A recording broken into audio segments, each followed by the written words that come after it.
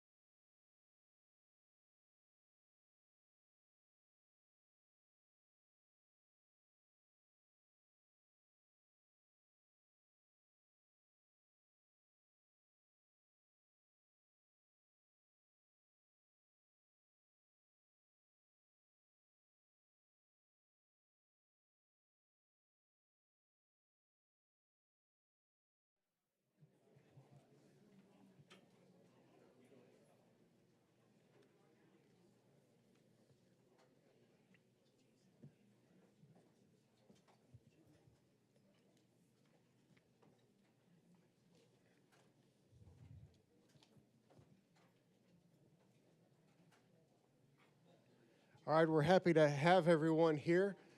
Thank you again for your time and your commitment to helping the residents of Tennessee make sure they have all the opportunities available to them to find work. A couple of reminders.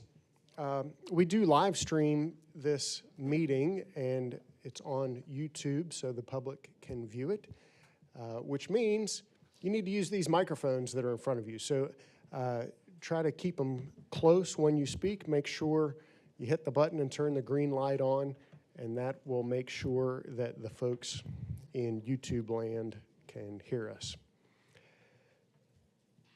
We're scheduled till about 12:30 today. We will have a break in between, so please try to plan accordingly around that.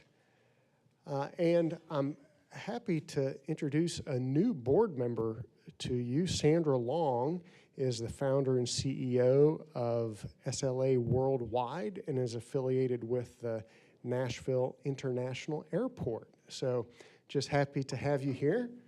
Thank you, Tim. I'm happy to be here. This is a passion of mine, workforce development, and so when I got the call and the governor said he'd appoint me, look, that was the best it could be. I love being here. Thank you. Yeah, you're welcome, and looking forward to the contributions that you'll make.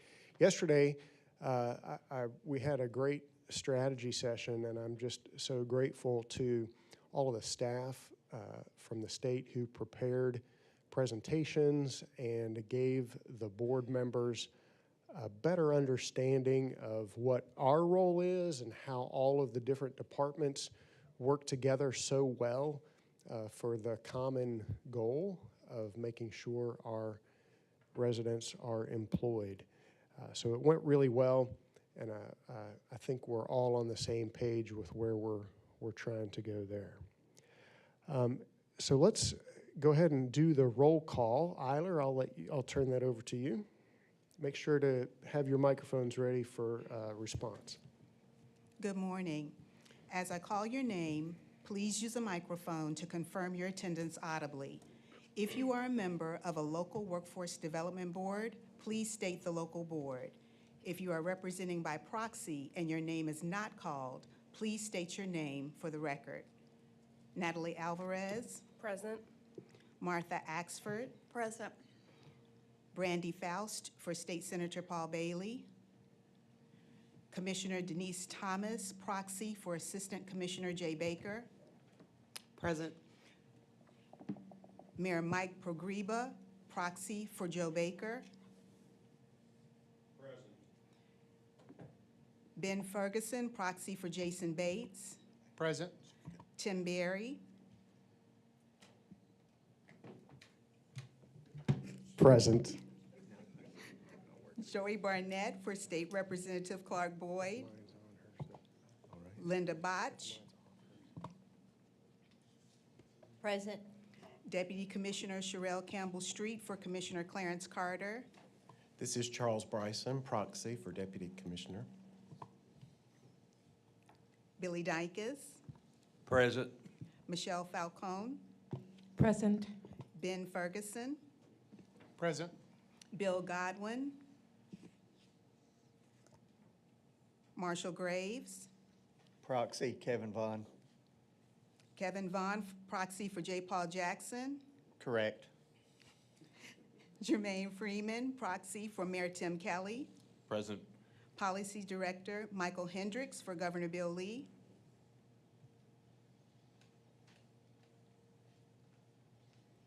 Here. Sandra Long. Present. Director Sharita Allen for Commissioner Stuart McWhorter. Present. Mayor Mike Pogreba. Present. Tim Hitchcock, proxy for Stuart Price. Present. Assistant Commissioner Deborah Knoll for Commissioner Lizette Reynolds. Matthew Spinella, proxy, present. Jason Schmidt. Commissioner Denise Thomas. Present. Jeff Vance. Present. Kevin Vaughn. Present. Rusty Vi. Ron Wade. Present. Assistant Commissioner Kevin Wright. Present. As a reminder, for any votes during this meeting, you must recuse yourself if there is a conflict of interest. Chairman Berry, we have a quorum. Thank you very much. Eiler, I appreciate you doing that and keeping up with all of those details. Another detail that we need to take care of is the approval of minutes from the last meeting. I trust that you read those prior, and open up for a motion to accept those minutes as presented. Move to approve, Sheree Allen. Thank you. And any discussion about those minutes? All right. So all in favor of accepting the minutes as presented, say aye. Aye. Any opposed? All right, the minutes are approved as presented. So now let's get an update from Commissioner Thomas. Good morning. Sorry, we're having little technical challenges this morning. My workforce update will be brief, not because there's not a lot going on, but because I know we've had an opportunity to unpack some of that previously. Just so that both those watching and the folks in the room are aware, we are now entering the portion in workforce, the portion of our schedule where we start to write our WIOA strategic plan. The 4-year plan is written every 4 years, modified every 2 years. So we will begin that work. Brianna Moore, who is our Chief Strategy Officer, will be the state submitter for the plan. This plan goes beyond just the Department of Labor, but all of the programs and associated agencies that combine the public workforce ecosystem in the state of Tennessee. And so we had an opportunity to really delve into that at our board strategy session on yesterday. So there will be components of the plan that represent career and technical education, all the programs under Department of Human Services that touch workforce, such as TANF and SNAP and vocational rehabilitation, as well as all the associated programs within the Department of Labor, as well as economic analysis that will touch both economic and community development, as well as our department. And so, whereas it is an arduous effort because there's a lot of writing and planning, it's also a wonderful opportunity to project forward how we will go about fulfilling critical workforce needs in our state as it aligns with the vision of our great governor. A couple of things of note is that there will continue to be a focus and emphasis on priority populations and equity on how we're getting more individuals into the workforce pipeline and what strategies will be used to deploy those. You will hear a little later from the folks at KPMG that will talk a little bit about the American Job Center service delivery. That will also be a huge part of our plan moving forward. Just an update on WIOA reauthorization, because I know that came up at our last State Workforce Board meeting. It is ebb and flow. We hear from our federal partners that there are conversations that seem to be very hearty, and there's an intent to get WIOA reauthorization done, and then they sort of slow down a bit. And so for us, we will continue to collect policies, work that we think would be helpful as we move forward, as well as our views on congressional level appropriations that could aid and expand the work that we're doing at the state level. And just one last note is that, you know, as we continue to talk about the appropriations, just for this body, because you've heard me say this a variety of times, is that we are still seeing the flat or declination of funds at the federal level as far as workforce investments. We have gotten more aggressive on applying for grants that can augment the work. But it's important to note, with episodic funding, competitive grants are great, but for sustainability purposes, not so much. So if we're able to uncover some, you know, promising practices or things that work for us, it's very hard to really weave that into the fabric of our workforce development. So sort of stay tuned on that. I know this is not something just Tennessee alone is tackling, but something that will be looked at across the nation. Going back to our state plan, it will be due in the spring, but obviously we'll need to get it approved and out for public comment way before that. We have quite a bit of policy level things that will happen around workforce. Michael lives this world every day. But in January, there will be there's a winter policy forum for the National Associations of State Workforce Agencies. And then the latter part of January, there is a winter meeting for the National Governors Association Workforce Liaisons. I will be at both of those meetings. Additionally, next week or maybe in a week and a half in Chicago, there will be a national convening around the U.S. Department of Labor visioning for WIOA moving forward. They're being done by region, so we're actually combining with the Chicago area. And so we'll be actually doing our convening with them. Myself, along with, I believe, some other folks from Tennessee have been tasked to lead and participate in panels on what were identified as some promising practices in our state. So we hope to represent you well. And then lastly, and this is really in just kind of all the things bucket, is that we have made some changes internally. Most of you know Assistant Commissioner Steve Plale. He is no longer with us, and James Robertson, who some of you heard from earlier. James, are you in the room? James is now serving as our Interim Assistant Commissioner for Workforce Services. Feel free to reach out to him if he can be of service to you. We are also looking to Shalandria Shaw. Shalandria, are you here? Shalandria will be our new State Apprenticeship Director as well. We're excited to have her move into that role. James, you didn't get any hand claps, just saying.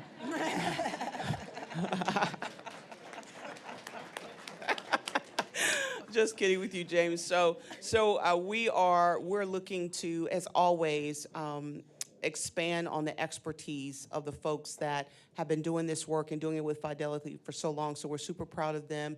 But just know I will continue to bring to this board things that I think are instrumental in us carrying out a very aggressive vision. We still have much work to do. We're still working very hard to ensure that we have the proper workforce planning and strategic focus around the Blue Oval Project, as well as all of the wonderful work that Sharita and the great folks at ECD are bringing our way. And so conversations are ongoing, and I'll be sure to update you at the next State Workforce Board meeting, if not before. Thank you so much, Mr. Chairman. Thank you, Commissioner. That is a lot. and I just continue to be impressed and admire all of the tasks and work that the state staff is capable of and is juggling all at once. So thank you for that. Okay, board, we have guest with us today. Chancellor Flora Tidings is here to share with us some workforce initiatives of the college system of Tennessee. So look forward to hearing you speak. Come on up.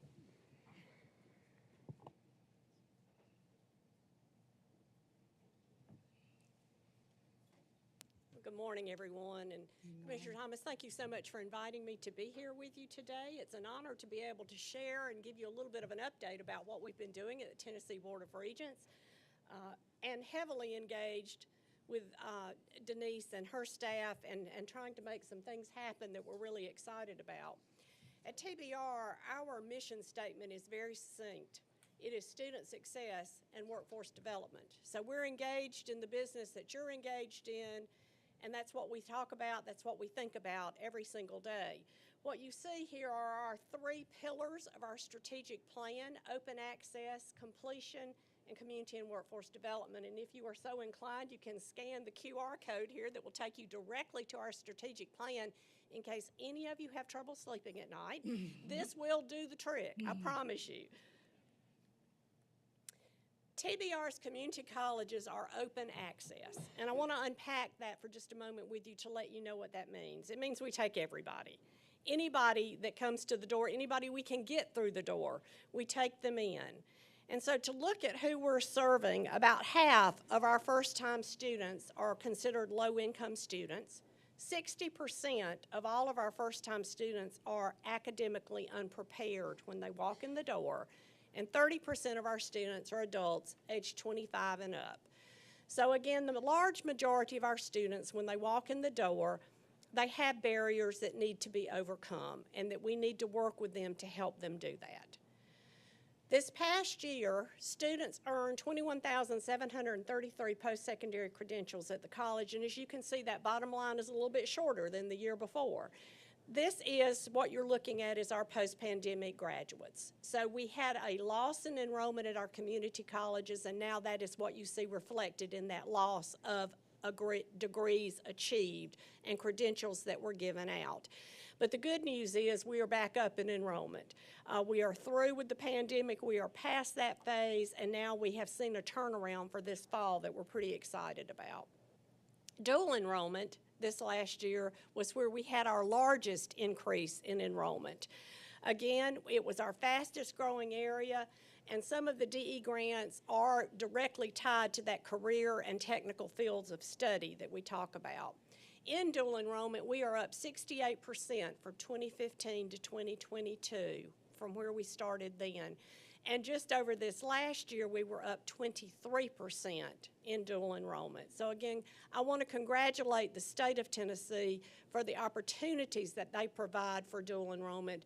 The legislators have continued to step up and put more money toward that every single year so that we can provide that service for students at basically no cost for those individuals to get college credit.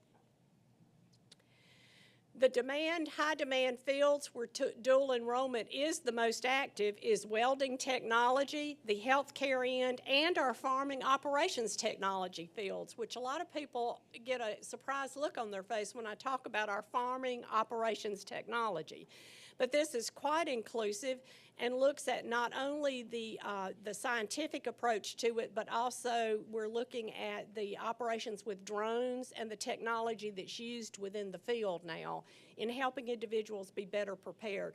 Farming is still one of the largest demand fields in the state of Tennessee, and I again see a surprised look on many people's faces when I say that. Drive to 55. It's been a while since a lot of people have talked about Drive to 55, and where are we? Well, we're still very actively engaged. 2025 is going to be here soon. I'm happy to tell you that at the community college level, we are 102% of the Drive to 55, so we're there. But as a state, we're still just a little off. We're at 47.3, so over the next 2 years, we have some work to do.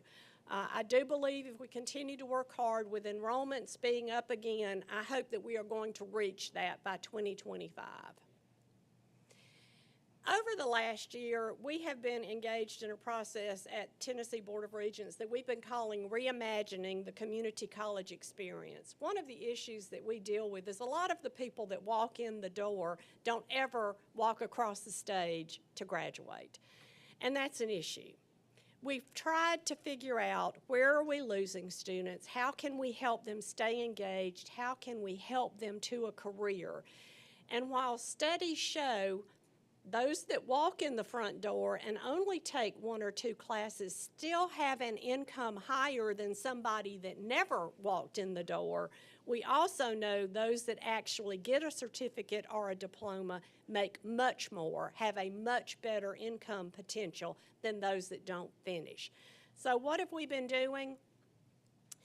We've challenged our colleges this last year, and we actually had some grant dollars that we gave out for them to look at completion, look at credentials of value, high quality skills training, and what can we do to encourage that.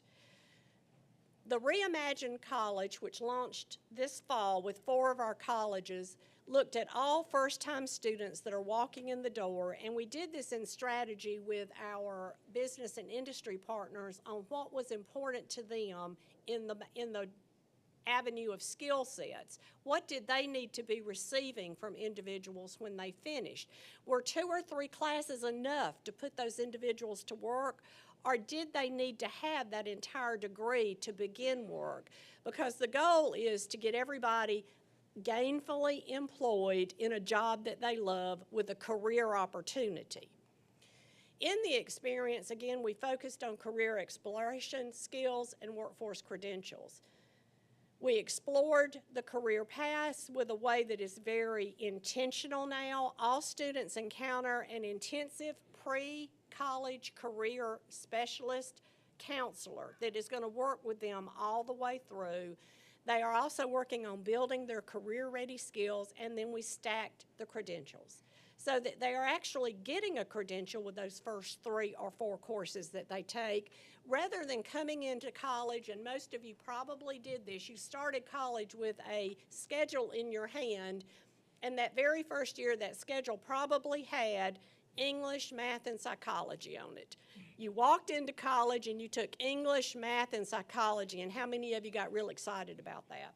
Not a lot. So we know that that was what was happening, that people, they weren't coming to us to take more English, more math, and psychology. They were coming to learn how to do something. So we have basically flipped the schedule. Now when you walk in, you're actually talked to about that career, and you're put in some of those career classes.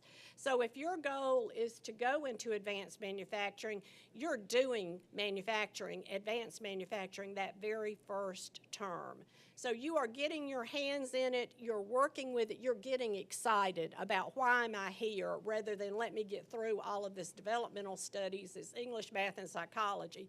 And then let me see why English, math, and psychology is important to the job that I'm doing, and how do I build upon that. The 4 colleges that received the grants and did put their pilot in place this past fall were Pellissippi, Jackson State, Southwest, and Walters State. Already we are seeing huge improvements in what's going on at these colleges. Again, another QR code for you. If you want to scan this, you will see their proposals and exactly what the outcomes are and what we are expecting to happen with this. In workforce development, we have also reimagined our Center for Workforce Development to expand training and partnerships with our business and industry. Dr. Jeff Sisk is our new executive director for the center, and we are going out and working more diligently with ECD, Department of Labor, than we ever have, trying to make sure, again, that we are there for business and industry, not just new business coming to the state of Tennessee, but existing industry, and what are their needs and what do we need to be doing to help them grow. As a company changes and grows with what's happening across our country, existing industry needs to retool industry workers that they already have, and so we're trying to work with them to also be very mindful of what they need to continue to grow. And announcing today, this past year we did 134,000 workforce training hours for business and industry across the state. That is the largest number of hours that we have ever done in the state of Tennessee, so we're very proud of that. That represented, it was an increase of 39.6%, and a total of 50,589 employees were trained. These are existing workers that we did retraining with to help upskill individuals across the state of Tennessee. Blue Oval City, I've heard that mentioned a few times today, and we always say this is the largest elephant in the room that we are all working on at the moment. And I want to let you know that our Blue Oval City campus that was part of the package when they announced that they were coming is on time, on budget, being built, will be up and running in 2024. So we're pretty excited about where we are with that. Opens in May. The initial focus will be strategically just for Ford and SK battery production. In the beginning, we will be upskilling individuals that are going to work in those 2 facilities. We have already started the onboarding processing that we needed to be able to do to help get people in the jobs. We are what I consider about 97% finished with the curriculum that they will be using in these 2 plants. So again, I'm just really pleased to say that we are in good shape there. We divided out spaces across all of West Tennessee in our TCATs to where we could begin to do the training until May of 2024 when that building opens. But also, as all of you in this room know, that's not the only place in the state of Tennessee where we have EV. So we are doing this training all across the state in all of our technical colleges because all of the large automotive manufacturing industry in the state has an EV component now, which kind of gets lost a little bit in the conversation because Ford was such the big talk to begin with. But we are doing that with all existing automotive industry in the state as well.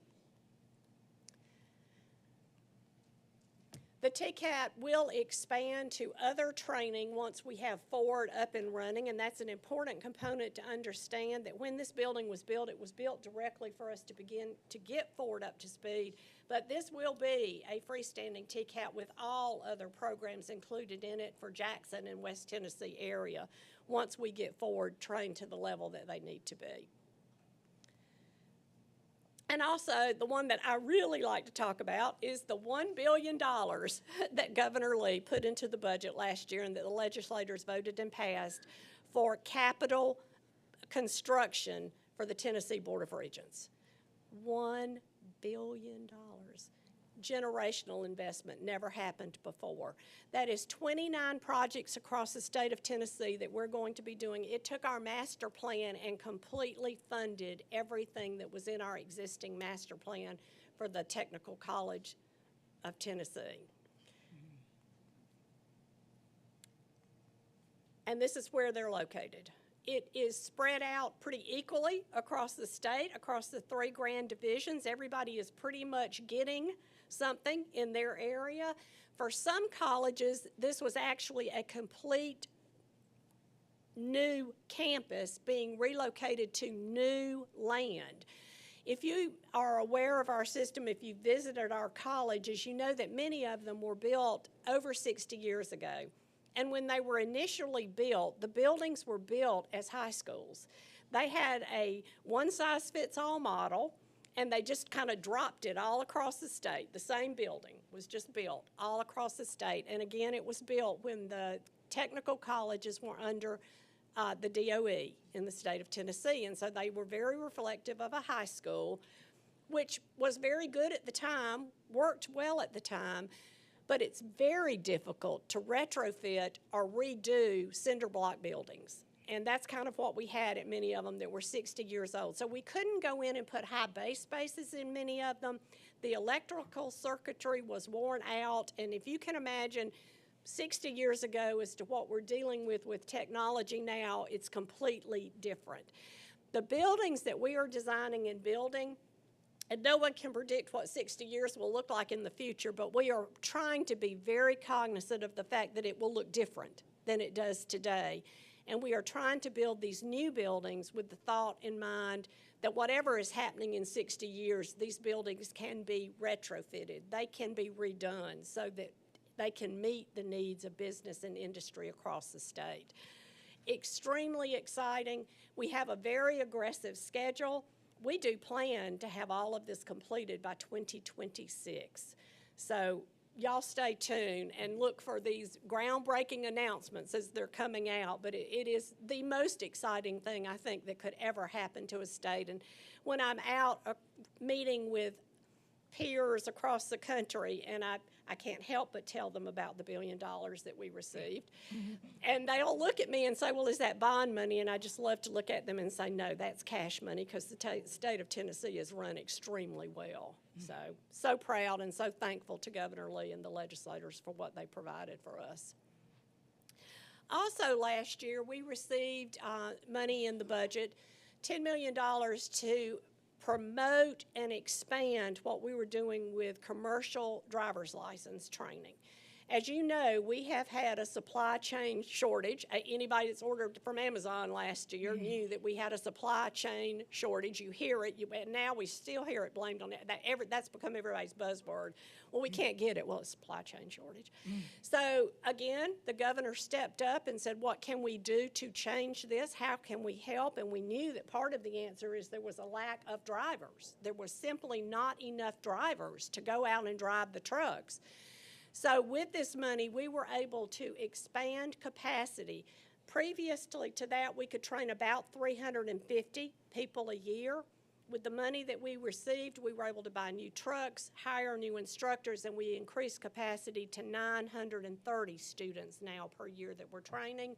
We are also working with private industry to help certify instructors at the private industry level so that they can do a sped up amount of training within the private industry piece as well. Again, thanks to the governor and the legislators for all that they did to support that. We're really happy with the project. We called it Trucking Tennessee, and I don't know if any of you saw the commercials or saw this advertised, but it has been a hugely successful, and we now do have a waiting list for people trying to get into the programs. Amazon Web Services is another partnership that we're very proud of. We have 14 of our colleges that are partnering with Amazon Web Services to train, upskill, and certify in the cloud computing arena all across the state of Tennessee, because people can live most anywhere and work these jobs. Very successful program. Again, high interest, a lot of people going into these programs. We work with the Department of Transportation. We do customized training for TDOT employees, again, to help them be safe on the road and to help them get the certifications that they need to upgrade or upskill in their jobs. Another very successful program all across the state. We also do work with the governor's correctional education initiative. We have 12 colleges that are providing programs at 9 of the TDOC facilities. Last year we had 159 graduates. We have 462 individuals currently enrolled. And this past year we actually had 5 individuals that were released, went out, have jobs, and are working and are employed, and they're doing quite well. So again, another high impact initiative that the governor put forward that we are so proud to be a part of. Power line construction and maintenance. This is another one that a lot of people don't realize, that we are the largest provider for this in the Southeast. The majority of the training is being done at Oneida Huntsville. Grads are working at utility companies all across the state of Tennessee. We also do have the safety training at TCAP Murfreesboro. We trained 5,908 power line workers this past year, and you see the young lady here. We're so proud of her. She was our first female graduate that went to work, and she has done extremely well with the Tennessee Municipal Electric Power Group. We also are VET certified campuses. We undertook an initiative in 2015 to make sure that we were doing everything we could to encourage veterans. Because we have a military institution here in the state of Tennessee, we do everything we can to encourage those individuals to remain in the state when they are being severed from the services. We want them to live, work, and play in Tennessee. So we work very hard to make sure our campuses are friendly to that arena. 19 of our colleges have now earned their certification as a VETS-friendly campus, meaning they have programs that are designed specifically for veterans and that they are able to help them process and go through our programs in a much more efficient manner. 13 community colleges and 6 of our colleges of applied technology have reached that level of certification. And I don't know how many of you are aware of our warranty program. Raise your hand if you've heard this before. Okay. 5 years ago, we decided that we needed to put our money where our mouth was. And if we are training individuals to go to work in the state of Tennessee, we need to be able to stand behind that training. So we put a warranty in place that says if within 1 year of graduation you are employed and your employer says, well, I hired you, but you really don't have the skills that they say they trained you for, we will take you back and retrain you for free. To date, we have issued 57,491 warranties, and we've had 0 claims. Now, people keep asking me, what are you going to do when you have to put a 1 or a 2 or a 3 up here? And I say the purpose of this is twofold. Every one of our technical programs of study has an advisory committee. That advisory committee is made up of specialists in the field. If it's automotive, there are automotive individuals that sit on this advisory committee. They are required to meet twice a year. And in one of those meetings, they have to review the curriculum. They have to go over the curriculum, and they have to certify that they feel like that curriculum is meeting the need of their industry. if I start getting claims, that's valuable information to me because all of a sudden I know I've got a problem. Either one, my curriculum has not been meeting the needs of that industry, or two, I've got a faculty member somewhere that is not doing the job that they need to be doing. So we will take those students back. We will gladly retrain them, but I will make changes with what we're doing because we've got an issue that needs to be resolved. So I hope I don't ever have to do it, but I will put it up there when we get them. So we power Tennessee. We have 175 teaching locations at the moment. We go all the way from Mountain City to Memphis. We are so proud of the work that we do, and we are so proud to be able to partner with the Department of Labor in this work because it is a critical piece of the job that we're doing all across the state of Tennessee. So that's all I have to share with you this morning, but I would be glad to take any questions about anything that y'all might like to discuss. Thank you. Thank you very much, Chancellor. I appreciate it. Thank you.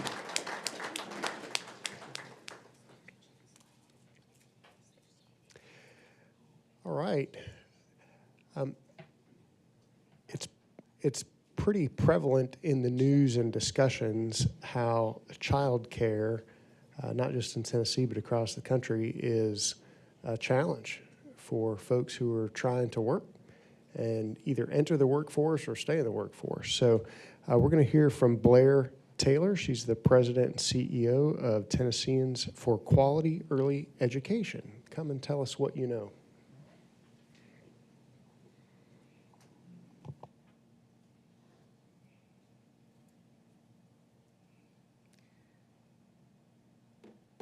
Good morning. Good morning. It's great to be here. I'm Blair Taylor. I'm President and CEO of Tennesseans for Quality Early Education. Commissioner Thomas, thank you so much for inviting me to be here today. Really appreciate it. And thanks to all of you for your service to our great state. Let me say just briefly by way of introduction of myself, I lead this organization, which is a statewide organization. I'll talk about that in a minute. I also just happen to be from Memphis, and I lead a business organization, have for 20 years lead a business organization there of CEOs of many of our largest companies in Shelby County that get involved in philanthropic and civic and public policy initiatives. And I want to say that right before that, my work was in job training and job placement, helping people make a transition from government dependency to self-sufficiency. And I have a long decade of work in that, which from that work is really where I began to feel a sense of urgency around we have got to start sooner. We have got to start earlier if we are going to really build the kind of workforce that we need across our state, in our cities, in our counties, in our communities. So with that, let me give a quick introduction to Tennesseans for Quality Early Education. We are a statewide organization, a nonprofit, nonpartisan coalition of advocates for Tennessee's youngest learners. Our mission is to advance state policies and practices that ensure all Tennessee children birth through third grade, so that's our focus and our scope, that birth through third grade age range, get the high quality early education they need to power our state's future. And I love just following on the heels of Chancellor Tiding's report and talking about power our state's future. We're the kind of early side of that spectrum that also is critical for powering our state's future. I show this slide I always like to anchor us, and this is our North Star, right? So third grade reading proficiency. We know that that is the jumping off point. Third grade really is the platform, the springboard from which all future learning is enabled. So when children are not reading by third grade, and candidly also math is crucial by third grade, but when they're not reading, we know the research is abundantly clear that children tend to fall behind, 60% tend to drop out. They're 4 times more likely to drop out if they're not reading by third grade. They're 4 times more likely to leave school without a diploma, and then they tend to fall further behind. And in Tennessee right now, roughly 60% of Tennessee's third graders are below grade level in reading. And this chart, what are all these sort of lines and numbers basically show, this is the TCAP data, the most recent TCAP data for third graders. And it's disaggregated, but it shows that all students, only roughly 60% are there, and it shows that economically disadvantaged students are even further behind. Probably not news to this group. It's been a very important focus of our governor and our General Assembly over the past couple of years.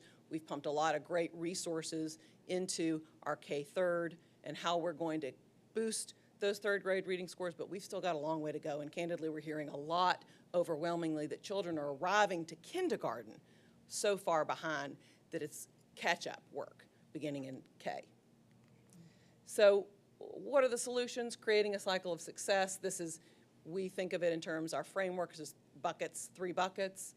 High quality birth to age 8 learning environments, the physical health and mental health and development from birth is crucial, and then supported and supportive families and communities. And that's circled because today what I'm here to do is to talk about a report that we produced in December of 22 around childcare and where childcare sort of fits in here. I'm going to talk a little bit about that. We did this, we launched this report, we surveyed about 1,300 parents across the state, working parents of children under the age of 6. We hired an economist to crunch some numbers and help us understand economic impact. What did that look like in Tennessee, the child care challenges that parents are facing? Here's the bottom line, or I should say the top line findings. The child care crisis, as we call it, the challenges that parents are facing in finding, affording, and accessing quality child care led to $2.6 billion in annual economic losses in Tennessee. And this is coming from parent losses from reduced earnings, from business losses from lower productivity and reduced revenue, and you get higher cost for your hiring and your retention, and you have turnover charges, and then reduced tax revenues from loss of purchasing power. Why? Well, we asked them the question over the last 6 months. We asked them a series of questions about, have you faced being quit or being fired, or have you had to reduce your hours? Have you turned down a job offer or promotion? And these are pretty staggering numbers. And remember, these are working parents, people identified, not stay-at-home moms or stay-at-home parents. These were people who said, yeah, I'm in the workforce, I'm either working or I'm trying to get a job. More than a quarter quit or were fired because they could not find adequate child care. A third reduced their hours, another third turned down a job offer, and then 20% just left the workforce and gave up. And the reasons they gave, these 3 things. They said they're really challenged in finding care that is of the quality that they feel comfortable leaving their child in. Access, that 70% is the big one. That's really about, are there even any slots available? Is there anything any place where I can leave my child that is, within a reasonable distance from my work or my home, whatever it may be. And then 58% cited affordability as a major issue. And to that point of affordability, these are a couple of charts here. The one that's on the left speaks to the fact that child care in Tennessee costs more than in-state college tuition. It is really staggering. So if you are a parent, imagine, and you're probably earlier in your career, right? Because parents who are having younger children tend to be in the earlier stages of their career. You could, if you have 2 children, an infant and a toddler, you could be paying $22,000, $23,000, $25,000 a year in child care costs. And if you look at the right side here, the chart there, nearly a third of children under age 6 live in families with annual income below $40,000. That red bar there is the $40,000 and below, but the 2 bars next to it, the one right next to it, $40,000 to $60,000, and then going, $60,000 to $80,000. These are over 50% of children under age 6 are living in families below $80,000 a year in terms of annual income. And again, you think of that $22,000, $23,000, $24,000, $5,000 number of child care, that's a pretty hefty part of your income. You've still got your car note, you've still got your rent to pay, you've still got health care costs, you've still got all the other costs. It's a really challenging issue. This is, why is this sort of an issue? What's happening here? And one of the factors that's driving these circumstances is the child care workforce problem. I want to call it the problem because it is one. Largely, it is a compensation issue. That bar chart there on the left shows that childcare workers in Tennessee, and really this is the case across the nation, are among the lowest paid occupation, period. That bar chart is showing right next to it on the right is parking lot attendants. So $23,000 a year on average. Just a couple of slides about our early educator shortages and wait lists in Tennessee. We did another survey. This one was much less formal. We reached about 400 providers through phone call center and online surveys, and just wanted to test the water. 73% of them said that they had a shortage of educators in the last 12 months. 70% said they're serving fewer children than their licensed capacity. 80% said they had a wait list, and 82% said an increased salary would have made the biggest impact on retention and attraction. And then just another little piece, and thanks to the Board of Regents, who has been a great partner and resource as we were looking at what's happening in terms of the pipeline of the early educator workforce. So we're looking at the community colleges particularly, where they're moving towards getting an associate's degree. And again, this is partially and probably largely due to the pandemic, but that first bar over there, 28% decline between 2019 and 2022 in terms of the number of students enrolled to get their early care and education associate's degree. Takes about 3.3 years. It's the average time for a person to get their early care and education associates. And then 70%, that was the percentage of the 2019 enrollees who had dropped out. And that speaks to, again, what Chancellor Tidings was talking about earlier, is that persistence issue. But it's also, here is showing the compensation issue of the workforce, obviously, is driving really numbers down, and we're seeing a lack of interest. So what really is this? You're hearing a little bit about why the supply isn't meeting demand. Typically in industries, manufacturing and hospitality and a lot of the logistics industry and truck driving and all those, we have an issue of sort of, why isn't the child care supply meeting the demand, whereas most industries that tends to sort of calibrate in a free market society? Well, the issue really is that if you're a provider and you're into industry and you're saying, well, I want to attract and retain a workforce and I don't want them to go work for Amazon or Target or go drive a truck, I want them to stay here, you got to pay them more. Well, who picks up the cost of the higher pay? It's the consumer. And if you're McDonald's and you add, 25 cents to a cheeseburger, your consumer is probably going to pay it. Our parents are already priced out in many cases. It's unaffordable. And so the conundrum is the child care market is just, it's a broken business model. So what are solutions? And I'm actually not here to talk about solutions. You'll have to have me back another time to talk about the solutions. But I do want to touch on a few of them broadly. They're really threefold. On the one hand, that little thing to the far left there talks about business models that leverage economies of scale, and there really are some great solutions around that. And economies of scale, there are some really big companies that are even public companies, publicly traded companies that are doing this well, able to pencil it out and make it work. You hear about the Bright Horizons, you hear about big companies like KinderCare and these that are able, but partly their market tends to be, and their parents tend to be the wealthier communities, wealthier parents who are able to afford that, right? They're not going into our low-income communities or our middle-income communities because the parents can't afford it. But even that economies of scale model, there are some creative strategies that have been deployed where you have, so for example, family child care, where you have someone who's taking care of children in their home. I heard in Lewiston, Tennessee, I heard a guy at their chamber talking about how he's working on supporting these entrepreneurs, women entrepreneurs, sort of in their homes, sort of to develop some of their business skills, to think about what does it mean to actually run a business and sort of make ends meet, and sort of that hub and spoke model where you've actually got a hub of maybe a back office provider that's providing administrative support, compliance support, billing, accounts payable, receivable, those kinds of things, where the people who are the providers themselves can do the important work of caring for kids. So there's some good creative models. Employer-provided benefits, we're hearing a lot today, and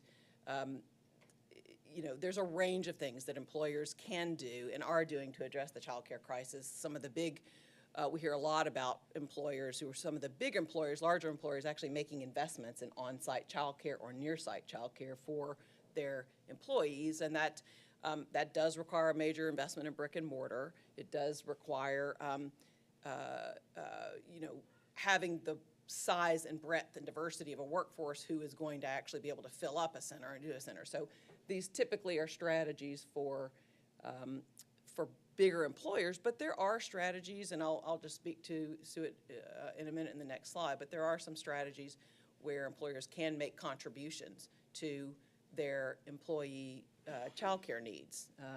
And we're seeing more and more of that. And then the third thing is government payment assistance, and we do in fact have in Tennessee, and really every state has this, federal funding that comes through, in our case, in Tennessee, the Department of Human Services, that provides subsidy, basically child care payment assistance for parents who are under a certain income threshold. So if their earnings are less than 85% of state median income, they qualify for essentially a kind of a subsidy or a voucher, if you will. I think in Tennessee we call it a certificate. And that's great, but if you are among those earners who are in our middle income households across Tennessee, and we have a lot, who are just over that 85%, or maybe if you go to 125% of state median income, maybe even 150, you've got a lot of earners and families and households who are in that middle income who are not benefiting and not able to benefit from any of the federal subsidy programs that are coming through. So I bring that up because it's there. It's a really important asset. There are also opportunities for, we do not do this in Tennessee, but for tax credits for businesses and other types of business incentives. There are some states getting creative around tri-share initiatives where sort of employee, government, employer, or business come together to sort of say, okay, let's make it such that we're all chipping in to support this employee to be successful. This is just in our survey. I thought this was interesting. In our survey of parents, we asked them how important is it, how important are these things to you in accepting a new job offer? What kind of motivators are these? And this just speaks to ways that businesses can be family friendly and can be supportive of families with young children. Certainly at the bottom, I'll start at the bottom, there's 41% of them said it would be very important as motivation to accept a new job offer if there was a child care center at work site.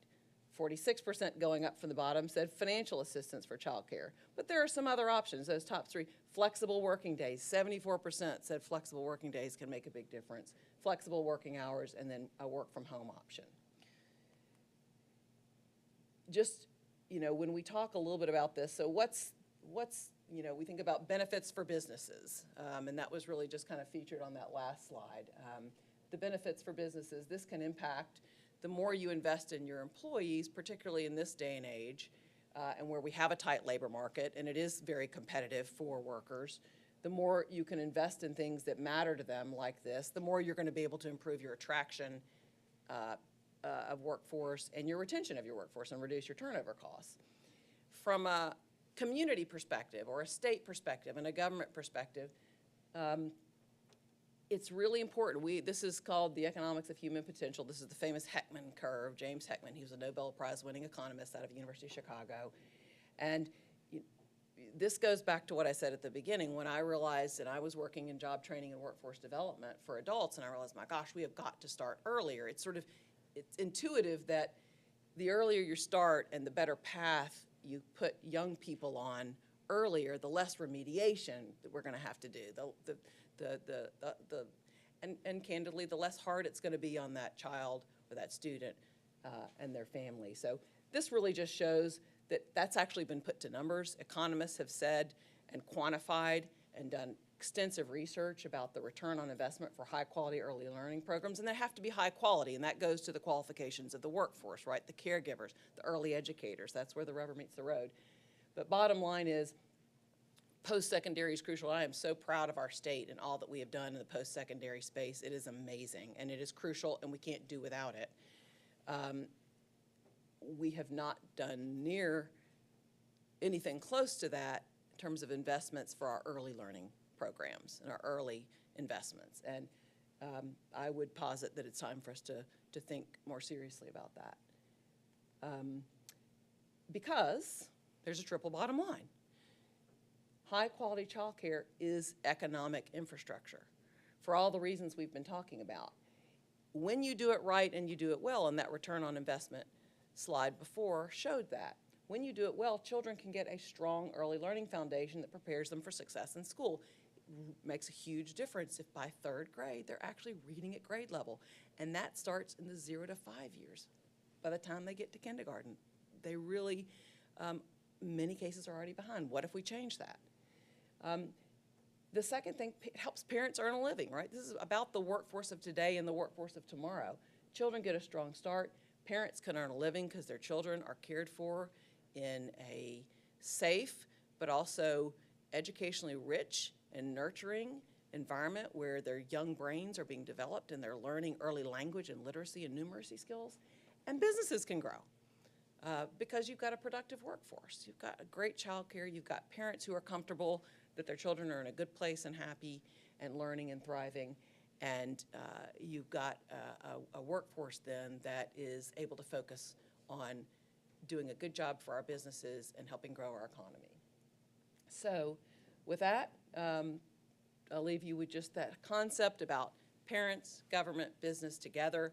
That's where the solutions lie, and invite you to join us in solving it. Thanks. I'm happy to take any questions. What questions do you have for Blair?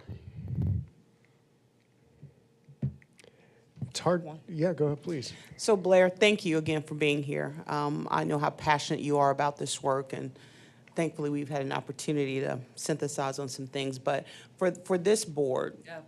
how can this board be instrumental, and both from just sheer information to kind of know what's happening? Yeah. But obviously, this is a workforce development board, Absolutely. and obviously there's emphasis on both sides of it, right? We understand the need to have a strong pipeline for early childhood educators and both the availability of folks to go to work. So what can this board do from their seat? I think there are probably a couple things. The first is just be a voice for the issue, right? You are representing the workforce of today. You have many business leaders who are part of this board and also government leaders who are in a position. So I think being a voice for the fact that childcare is a major barrier today to a productive workforce. It's one of the things that if we solve for it well, we are going to really give a boost to our workforce.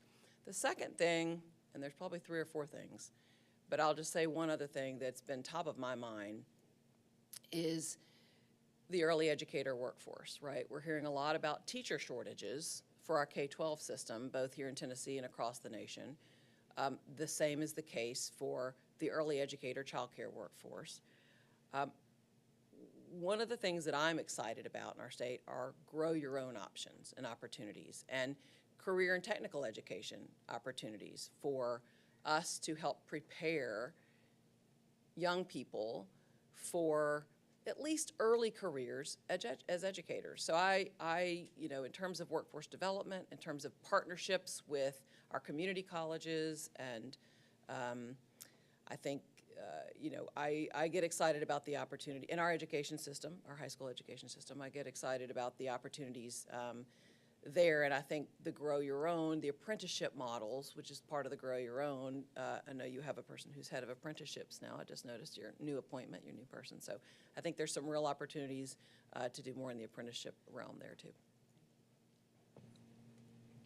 In the interest of time, I'll just share this from education perspective. The Early Childhood Education Careers Program of Study is one of the fastest growing for our career and technical education students. And if there is any way that there could be some collaboration to get job shadow, internship, and other opportunities for those high school juniors and seniors in the building, I think that could help contribute in some way to like decreasing overhead costs for a lot of these, which helps obviously in the long run. And so if you can scale that as well, that helps where maybe it doesn't lower the cost for others, but it allows your workforce to earn a greater pay if that cost savings is then like brought down to to the employees. That's just such a great comment. Thank you for that. It's sort of in the childcare industry, we've not done as much as other industries do about organizing or sort of, organizing is the wrong term. I didn't mean to use that term.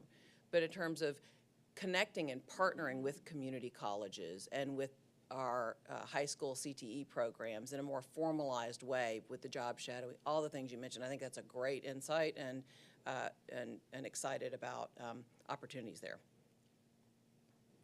Hey, Blair. Can you talk just a little bit or briefly about communities that are doing the triple share approach that you described well, in which they're working with government, business, educators? There are a couple of, there are at least 2 or 3 states that are doing some creative things around this, and I would be glad to sort of gather up that information, get it to Commissioner Thomas so she can distribute to you all. But that's, yeah, that is a situation where it's a match. So government says we're going to provide a match, and you can be creative about how you want to do that, but a match to what businesses invest for each employee in child care, and then the employee themselves also has to pay their share of that match. So the programs are generally constructed that way. Thank you. Just curious, is there any attempt to look at teacher salaries and pay? You have a shortage of teachers. Most of that is because no one's interested in going to teaching because the pay is so low. What's going to be done about that? It's a great question, and I think I don't have the singular answer for you about that. We are an organization who brings policy proposals each legislative session, and we do have some ideas, and we work closely with our state Department of Human Services, with Commissioner Thomas and his team, Commissioner Carter and his team, Commissioner Thomas, and Commissioner Reynolds. So there are some strategies for that, and we have to find one that's a great fit for Tennessee. But there are some strategies. One of them, for example, is instead of on the revenue side of it, on the expense side, if you provide free childcare for childcare workers, you're offsetting potentially $25,000 a year in costs, and it's Creative Kentucky just did it, and there's some other states that are beginning to do that. So that's one option. The other option is really putting more more money in the hands of parents in terms of scholarship monies that are, and we have a policy proposal called Promising Futures. More money in the hands of parents, giving them scholarships so that as providers raise the salaries and compensation of their workforce, parents have some help, particularly those middle-income parents, have some help to be able to afford it and pay for it. Appreciate the presentation. One thought, I know Tyson has a facility in Humboldt that kind of sits in that triple bottom line. One thought is with the ECD and kind of the certified site program and how you've got industrial parks throughout the state, is maybe adding a layer to that where you've got community-owned property that could potentially be donated. You've got multiple employers that could contribute a smaller amount, where if you don't have a Tyson or something of that magnitude, multiple employers could participate, but you could ultimately lower the operating cost of the facility and try to get it more affordable as well. That is a really creative idea. Did I meet you? Are you in Clarksville? Jackson. No. There's something like that happening in Clarksville area right now with their Industrial Development Board, where they have they've issued an RFP and donated the property, and there are a bunch of employers in the Industrial Development Zone area who are going to jointly participate in this so that's interesting. They could go ahead and put donated land for AJCs in there too, if they want. Yeah, got it. Way to roll, Ben. Any other questions? Well, Very good. I Well, just have a quick comment. yeah, please. Chair. Look, Thank you so much for your presentation. I'm an employer, and it is an issue for us.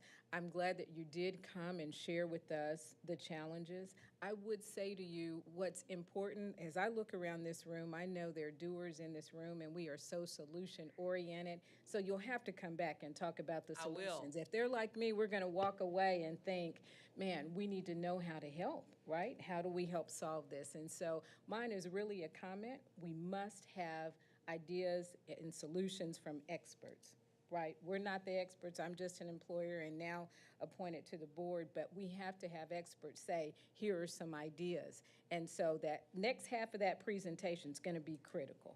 Give us solutions, Yes, right? ma'am. And we will, I'll give a little teaser. We are putting together something we're going to call the Business and Family Forum.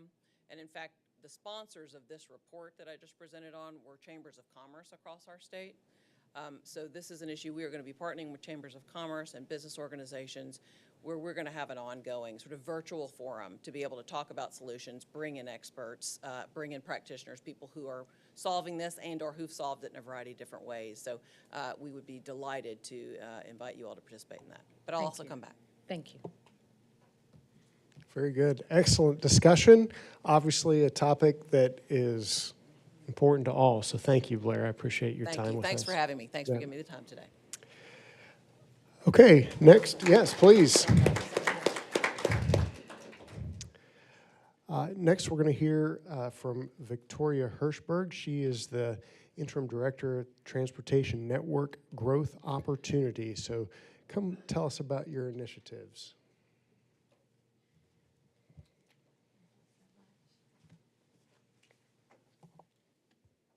Good morning, everyone. Happy Friday. I'm going to start with that. It is a privilege to be here this morning. My name is Victoria Hirschberg. I'm here representing a new initiative called the Transportation Network Growth Opportunity that's under the Department of Economic and Community Development.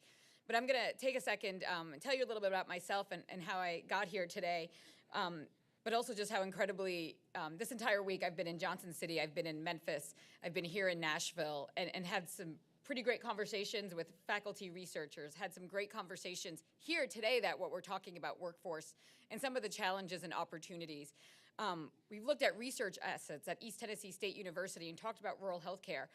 And the one thing that's striking me right now as I get ready to kind of talk about a new initiative is, one, there's some great challenges across the state of Tennessee, but my goodness, we have great opportunity and we have some incredibly passionate people behind it, and that makes me really energized and happy to be part of that. Some special acknowledgement to my ECD colleague, Sharita Allen, who's here, and Braden Stover in the back. Quick about me, I've had the privilege of serving Team Tennessee for more than a decade. I think I've been told that I have to hit 20 years to actually claim Tennessee as like my home, so I'm almost there, but I'm a proud Tennessee transplant and been here for a long time. I currently serve as the Assistant Vice President of Research Outreach and Economic Development for the University of Tennessee system, covering the five campuses, 2 institutes, and statewide presence through UT Center for Industrial Services and Ag Extension. I was recently asked by Commissioner McWhorter, and President Randy Boyd agreed to be lent back to my previous employer, which was the Tennessee Department of Economic and Community Development, where I worked for 10 years, just over 10 years, recruiting some of the great industry in this state. And it was just been a great morning. I've been in many meetings with Commissioner Thomas, with Chancellor Tidings on the ground, talking with some of our companies about how we execute that. And it's amazing to see, going back to 2015 when we were all in a room with Nokian tires talking about how do we get there. And when we think about the life of a company or an agency or any of us and what we go through, we kind of have that, we're working here, we're training people, we're getting ready for a big something, right? And then we launch. And then we got to sustain that. And that's sometimes funding, that's sometimes through people, that's through a lot of different things. Sustainability is a word that means a lot. But then we've got to continue to innovate, and then we kind of got to go through that again. And so when I think about what I'm going to talk to you about today, we're going to call it TN Go, because we have to have a great acronym that has TN, and we have to, move forward, right? We're kind of looking at that sustainability and that innovation side of the life cycle of a company and where we're at in the state in economic development. I'm a proud, passionate economic development professional for almost I'm not going to timestamp it, but for a long time. And I'm really proud of the work we're doing in the state, and I'm humbled and honored that Commissioner McWhorter asked me to help lead this initiative as through an interagency agreement. So, about 2 years ago, we didn't know what ChatGPT was, and we didn't know what a blue oval city was. And now that's pretty much what we talk about quite a bit. But so what happened was when we looked at automotive as a starting point. Tennessee is the leader in automotive. You all know the statistics about this. 4 OEMs, 900 suppliers, in 88 and 95 counties, 140,000 workforce. And if you didn't know that, I'm happy to share that with you all. But we are sitting on this big picture of an industry that Tennessee has been successful in for almost 40 years. But we're also now seeing this global mobility shift where automotive and transportation is becoming more about the movement of goods, people, consumers, combustion engine to electrification, and how that impacts all of what we are talking about. And that includes technology, workforce, talent, economic development, site development. All of those things are wrapped up in this. And so when we look at some of the ways that we continue to build this economy across the great state of Tennessee, we look at how do we continue to leverage what we have here in the state. And so when we talked about Tennessee Go, we were like, well, what are we most successful in? And that really was the automotive manufacturing sector. When it comes to manufacturing, it is our most important cluster. So last summer, kind of on the cusp of when I was transitioning jobs myself, but still very passionate, I've spent most of my career adjacent to the automotive transportation space. The University of Tennessee System, Oak Ridge National Lab, TVA, and as well as Vanderbilt University commissioned this study with a consultant to say, well, what exactly are we good at when it comes to automotive? We know we've been successful in manufacturing, but what is kind of that next level? There's this massive opportunity going on. Companies are making some drastic billion-dollar investments in the state. How do we continue to grow that? And so the report came back. It was a bit of a SWOT analysis. It looked at everything from our career pathways and trainings. It looked at our four-year institutions as well, and some of the programs and also some of the research assets across our state of Tennessee, and said, what are we doing good? And the good news is we are doing some great things, but what can we be better? Because we don't want to rest on just the fact that we've been really successful. We want to continue to push this and say, what can we do better? And what is that next realm of innovation in automotive? How do we continue to have resilient companies, growing companies, and push the envelope a little bit? And so what it kind of came back with was some of the key technologies in Tennessee based on our manufacturing sector, and kind of what can we look for in the advance as a new horizon for more jobs in the state of Tennessee, newer jobs in the state of Tennessee that require different skills and hopefully more high quality jobs. I'm not going to read that to you all, but I think there's a couple of different things that are said there. And one is it's all about people. At the end of the day, I always say, invest in people and we're going to be okay, right? But when it comes to what companies are looking for, and may that be a manufacturer, or may that be a research and development operation or an engineering firm, they're going to need people. And innovation talent is going to drive the next set of job creation here in the state of Tennessee and across the world. And one thing the report came out was that there is a $2 trillion opportunity, generational opportunity. I've heard that word a lot this week. And I was like, wow, we have a lot of work to do, because there's these generational opportunities that are happening right now in industries across the world, and we have to kind of want to take advantage of that and be at the table with the right timing of that. And so I think, innovation, talent, partnerships, I think the one thing that I've always learned is that no one does this alone. We can have a great site and a great community, but you're going to need a great state, you're going to need a great community college, you're going to need a great four-year college to really make the complete picture. And so one of the opportunities with TNGO was really about building that partnerships between not only our state agencies, but what is that innovation that's going to bring us all together? So that is where TNGO came out. We are grateful that the General Assembly and Governor Lee was interested to offer $5 million in last year's budget to the Economic and Community Development Department to kind of launch this pilot. And we've got some strategic, went through our mission and our values and our goal. Mission, TNGO will transform Tennessee's innovation economy by attracting automotive and mobility R&D investment to make Tennessee the premier destination for the next generation of high-quality jobs. Right, as I said, we look a lot different, in terms of the state economy than we did 10 years ago. So what is that next envelope, what is those next section of jobs that we can go after? And of course, we want to be number one. So becoming that, we want to organize and deploy statewide research and development assets. The report was very clear in that Tennessee was not starting from zero. We have great institutions. We have great resource assets like Oak Ridge National Lab. But how do we continue to take advantage of that and leverage that to the next level? And when I think about a North Star, and that was mentioned in the previous presentation, you got to have a North Star. So when it comes to what we want this to do, is it's all about impact, community development, economic development, job creation, but making sure that that really helps improve community livelihood and quality of life, make sure that it's regional diversity, our rural and urban communities alike, and making sure that we're looking at mobility and energy security. Coming out of COVID and everything, we really want to make sure that a lot of the innovation and what's happening in research and development, and then that our companies that are now looking at how do they innovate here in the United States and here, how do we make sure they're doing that in Tennessee? And that really goes back to making sure that Tennessee plays a large role in that. So I won't go into all of this, but we've got kind of, going back to that idea of innovation talent and what this board is focused on too. It's all about people. So when we look at long term, we really want to attract those new high quality jobs in engineering, having companies do more testing here, keep building that industrial base that we have. And we also look at this as a way to retain our existing companies.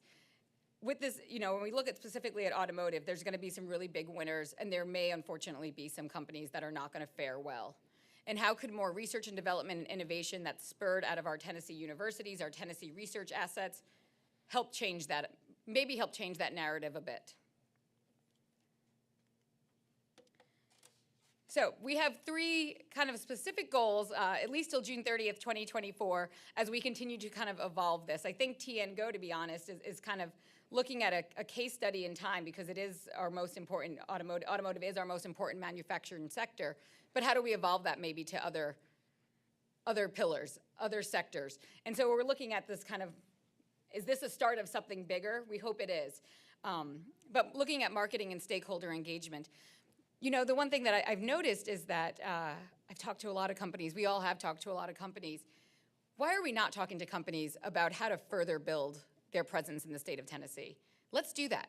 Let's talk about how they could maybe take their vehicles and test them here in the state of Tennessee. How do we build those next generation of batteries that we're all, electrification's happening, it's transitioning that sector right now. But how do we not only make sure that we're building those batteries at Blue Oval City and across the state, but we're also designing them and innovating them at our great universities with our great students that we also want to keep in the state upon graduation. And sometimes maybe there's an existing company that's in that space. How do we use innovation and research and development to help retain that company as well in the state of Tennessee? It's a lot, let me just be clear, but what we want to do is really send that strong external message that Tennessee is the place to do all of those things. So that marketing and stakeholder engagement, honored to be here today. Thank you for the opportunity, but really part of this is getting the word out, getting some comfort with it, getting some excitement around it. The next one is the Mobility Innovation Challenge. I'll get to that briefly in a second, and then really developing a corporate R&D and engineering attraction strategy. Part of our role at ECD and part of my role for the better part of a decade was building that attraction strategy. Let's attract new businesses to the state. And I think we have been super successful in that. So proud to play a small role in that. But how do we continue to attract those other types of jobs to the state? So this is something we're excited about, and we're hoping to launch it soon under a couple of ways, but a Mobility Innovation Challenge. And there's a lot of challenges that happen, but what we really see this as is a data collection point. I think we want to understand, and this is where Commissioner Thomas, your department is so important, and across state agencies are so important, because we really want to take a look at this sector to kind of get the full picture of how this mobility shift is going to impact our companies, our communities, our schools. We're keeping it pretty high level because it's more about that data collection and understanding. It could be something, we have an engine manufacturer in our community. We are worried that that may be outdated in the next 10 years. It may be a workforce commute issue. Mobility, again, it's defined in a lot of different ways. And so we're trying to capture that information, not keep it. We don't intend to build bridges or roads with this. Or replace an AJC. It's actually more about bringing that information to everyone and then actually seeing if there is some innovation in research and development that can be spurred from Tennessee that could help solve those challenges. And what does that do? It sends that external message outside to companies and other stakeholders that we can do innovative in research and development. It's not going to happen overnight. Let me not promise that, but it is kind of an evolution of what we talk about in the state of Tennessee and what we do. So that should be launching soon. Happy to share more information about that. I kind of look at it as Tennessee talent, Tennessee communities, Tennessee companies, Tennessee research, kind of Tennessee solving those mobility challenges. Purposeful investment. As I said, this is kind of a pilot year, and we're really grateful again to Governor Lee and Commissioner McWhorter and the General Assembly for allocating some funds to do this. But it's all about looking at, I just mentioned the data collection, but innovation exploration. If we are going to send that external message, we got to have our communities and companies comfortable with the idea that we can partner together and that we can do some great innovative things. When you start doing that, you start getting companies to think about, how do I build, through that real-life research, further industrial roots in the state of Tennessee? One thing that drives me crazy is always when we have a lot of manufacturing, but all of their research development is in Silicon Valley, in Michigan. We've got great things happening in the state of Tennessee. We've got great universities. We've got great pathways for people. We got really smart people. Let's do that in the state of Tennessee and help these companies take advantage of the business climate that we talk about so much and further diversify. Enhance economic development resources. When I think about how the state in economic development has evolved, I remember when jobsfortn.gov was launched. I remember the Drive to 55 was when that came out. When we started doing site development grants, those are all moments in time that there was a need. We innovated and we tried something else, and we're seeing the results. It was great to see Chancellor Tydings mention the Drive to 55, because I thought that was one of the greatest things to talk about when I was attracting new companies to the state. But this is just kind of in that evolution where if we're talking about manufacturing, what are those next set of needs this company has in sustainability and in innovation, going back to that life cycle. And resilient companies, communities, and people. I think if anything that we've seen in the last couple of years, and this, things are changing, things are moving fast. We've got a lot of things to do, everyone's busy, but how do we continue to use research and innovation as a bridge to more jobs, as a bridge to solve Tennessee challenges and really create opportunities? And T and Go, I think, is a moment where we're saying, what more can we do in this space? What more can we do to leverage our assets in research and development? And let's work together and figure it out. I'm easy to get a hold of. We are open to feedback. We want people to be excited about this and think of it as a way to further promote the great work that's happening in the state of Tennessee. As I said, through an interagency agreement, I'm an interim director until June 30th, and I'm 75% to ECD, 25% for UT. And I will tell you, for my year and a few months at the University of Tennessee system, I have learned a ton just about that intersection between economic development, between policy, and between higher ed and talent development, right? Like the people that are going through our institutions and what they're coming out of and what they're learning and what great assets we have. And I was over at East Tennessee State University the other day. There's some incredible things happening across our campuses that we want to work better. And so we have a small team, Braden, Sharita, happy to still be always a proud member of Team Tennessee, and I thank you for your time today.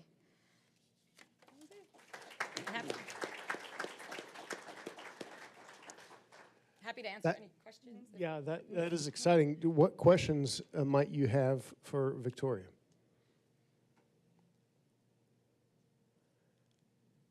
That's how thorough you were. Well, great. Yeah. And I only had 2 cups of coffee. This is great, everyone. Well, thank you very much. You're welcome to share the presentation. Excellent work. Thank you. Thank you. Okay, it is 11:30. Let's take 10 minutes, and we'll be back from our break to have discussion about the committees from earlier today.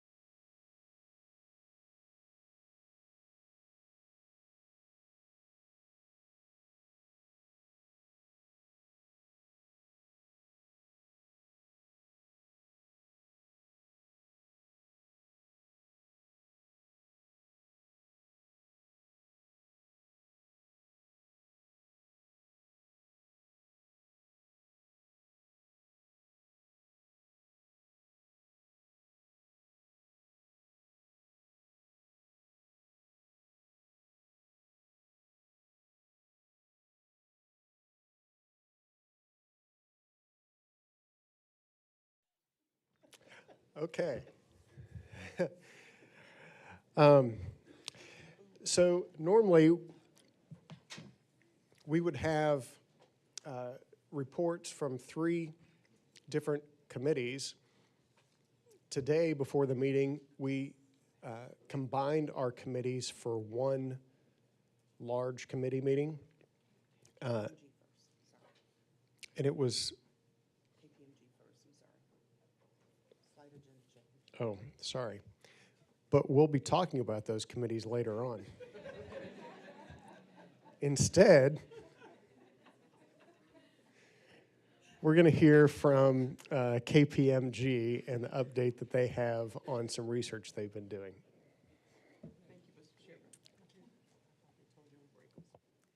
Good day. I do hear stomachs growling, so I won't be before you long. My name is Stephanie Gore. I'm a director at KPMG.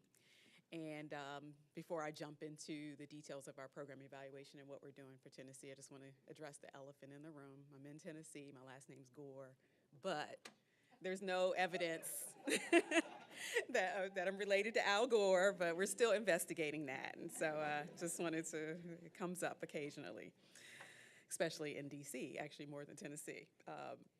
But we are here to talk about, give you a little snapshot into the work that we're doing for Tennessee for the program evaluation. And we are really looking to conduct an extensive view of your workforce ecosystem, per se. We are not only looking at our primary focus is AJC, service delivery and adult education, but as we explore this, we are finding the connections, the things that you are already talking about in the room. So it was great to hear from childcare, from all of the other presenters this morning as we collect data. So we are very data focused. We're looking at the data in the system. We're working with the data gurus in the agency, and also we are collecting qualitative data by doing intensive focus groups with different audiences that you see here. So we've met with the workforce boards, we've actually met with employees and staff from the various centers, adult education providers, and the last piece of that puzzle are employers. So that's my commercial for you today, and one of my asks is we need outreach to get the employers engaged to collect information and data from them in both of a form of a survey and a focus groups. So we'll talk about that a little later, but I just wanted to touch on and make sure this group is aware. I think some of you heard we briefed when we kicked off in the summer. We're heavy into our evaluation at this point. We have a tranche of data. We're finding some incredible insights, and we still have a ways to go once we fill the employer data into our puzzle. And also, one of the things we're really excited about is the rapid cycle evaluation. Typically, if you follow federal policy, you do an evaluation of a program for 1 year, and then you come back in the next year. But we have a method to do it in a much more streamlined fashion so that you can see that improvement much quicker or see the results of things that have been implemented in a quicker basis. So one of the other outputs, and that this timeline up here shows you where we are in the movie as of right now. We've gone through some of the programmatic things. We've done evaluation design report. We've started working extensively with all elements of data. My team works with labor agencies across the country, so we come in the door knowing more than the average bear to be able to assess and analyze how things look across compared to the country and how you're doing from a local perspective. Our ultimate goal is to help you better match employers and the workforce together to get the outcomes that you want for Tennessee. So we have lots of solutions and lots of things that we haven't presented yet, but we will be presenting that when we come back next time. We are developing our draft report and collecting data. We are also initiating the Mystery Shopper series, where we're sending people out into all parts of Tennessee to show up in the AJCs and to get services. So that's going to be an interesting component of our work that we are looking forward to and kicking off. And we have also developed some dashboards based on because we've collected so much data, we have dashboards to overlay a lot of the information so far. So when you're looking at broadband, you're looking at child care centers, and just the whole transportation ecosystem. Okay, we need somebody here. Where are all of the other support areas to get people to come to work, to remove those barriers, to get them from A to B. So we have some dynamic dashboards that are being developed, and we presented this week to give a good overview of where we're going with some of our analysis. So overall, we don't have a lot, can't give you all of the information right now, but we just wanted to give you a good picture of where we are in the process, where we're going, and wanted to see if there were any questions at this point. What questions do you have for Stephanie about the research they're doing? Very good. I just appreciate your desire to help us get the services optimized and the most efficient to best serve Tennesseans. Absolutely, glad to do that. And just in closing, I am a product of Services Labor Agency. I got my first job as a teenager through a summer program and got exposure. So that passion comes through in my team, and as you experience us, a lot of others have that same experience. So we're just really pleased to be able to do the work that we do and make a difference here in Tennessee going forward. Thank you very much. Oh, thank you. I love that personal connection. Thank you.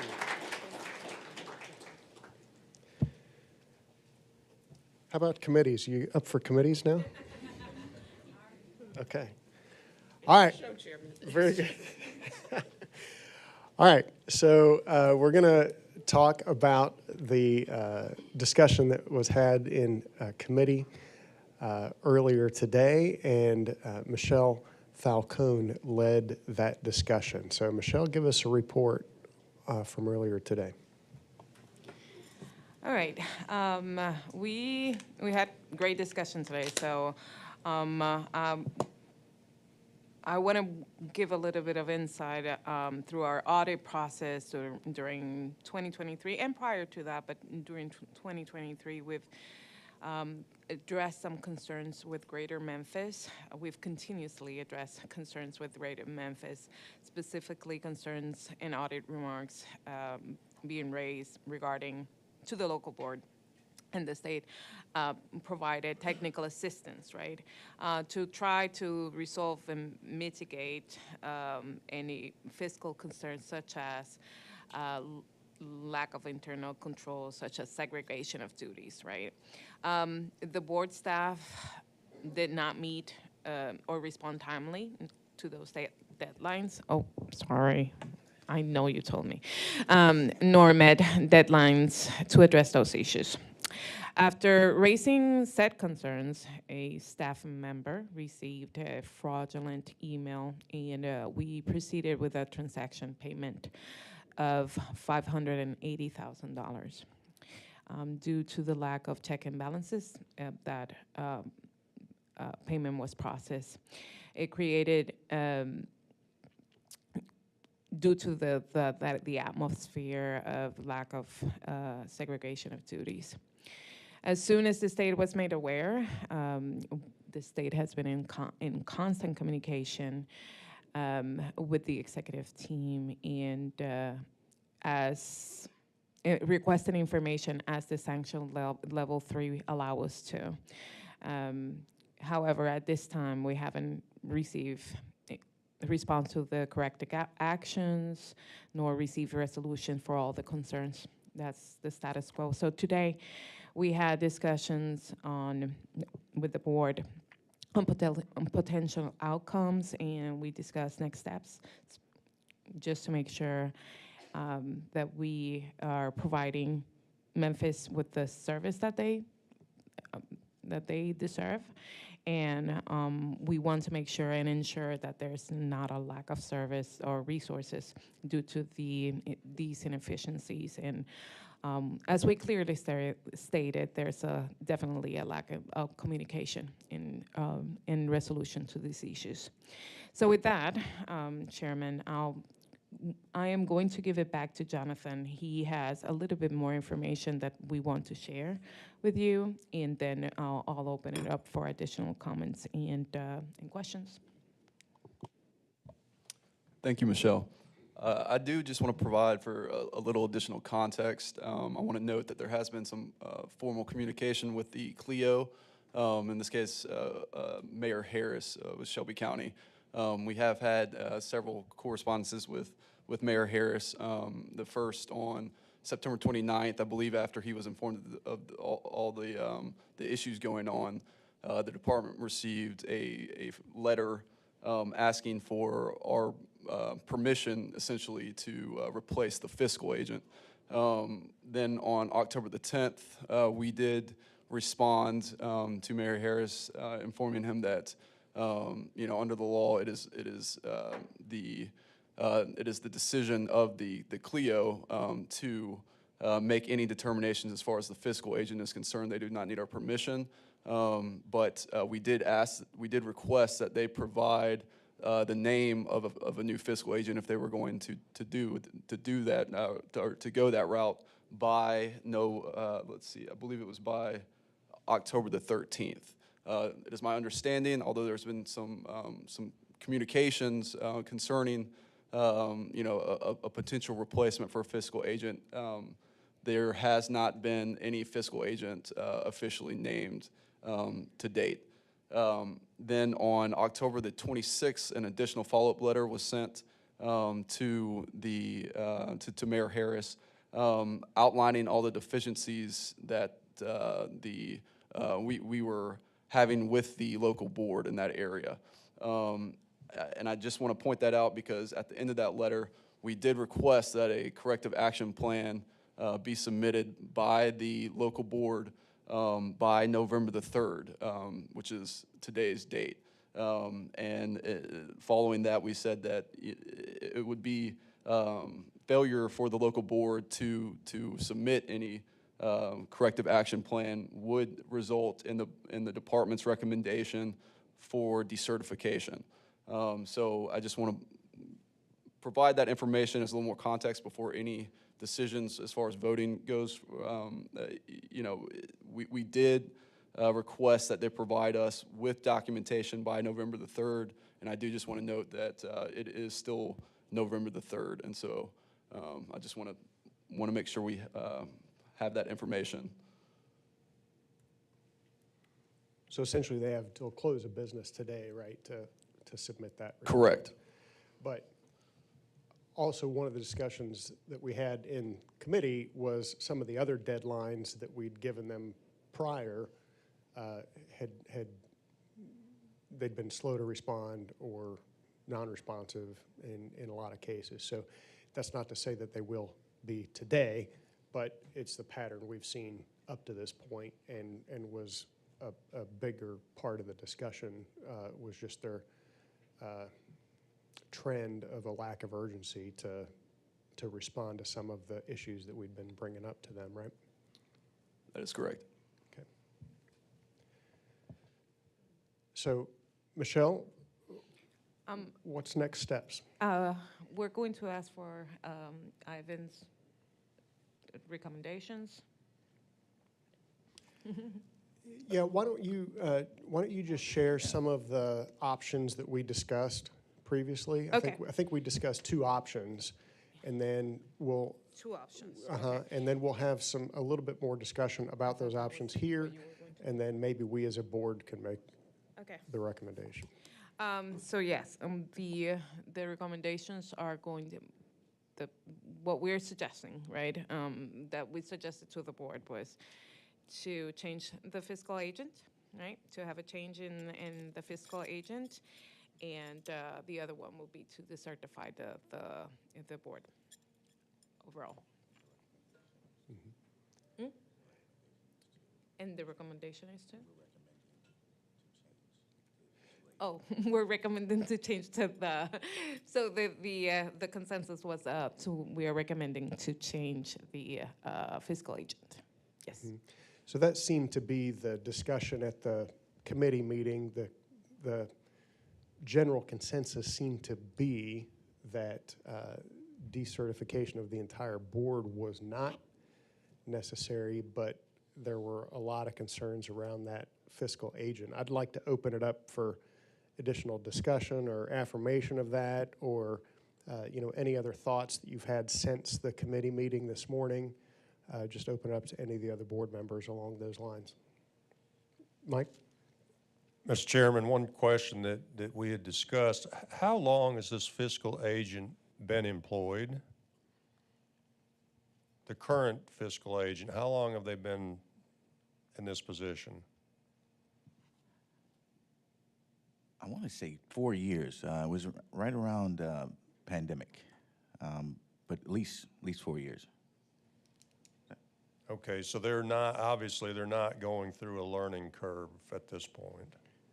No, they've been in place for multiple Thank you. sessions.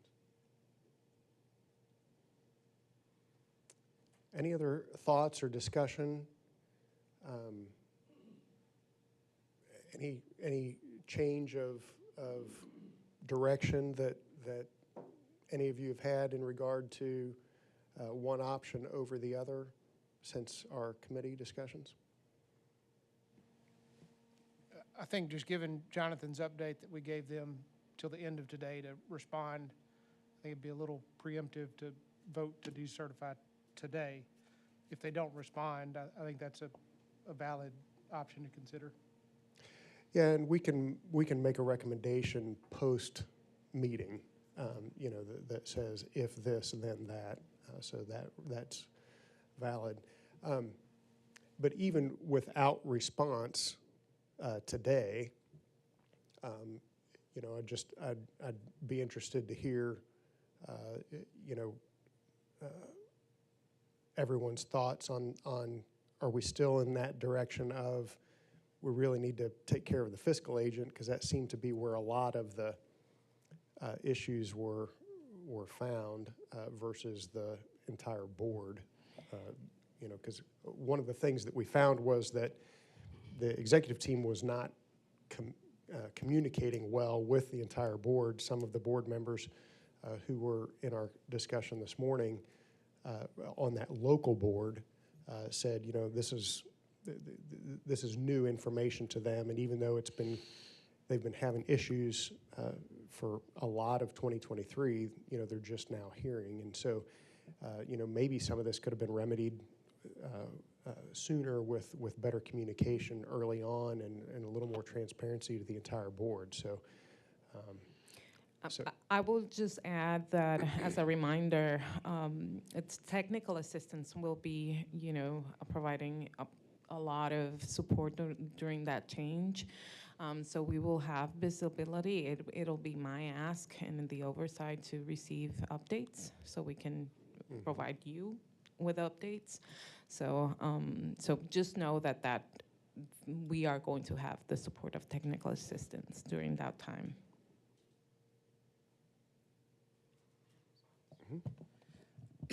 If I may, so that the board is aware of sort of the, where the agency sort of fits into this relative to any recommendation that the board will make. In addition to just technical assistance that's inherent to our responsibility as an agency, the U.S. Department of Labor is also monitoring the state and the local area because of the pattern of issues that have existed. And so there are actions that we will have to take depending on what comes out of the U.S. Department of Labor monitoring.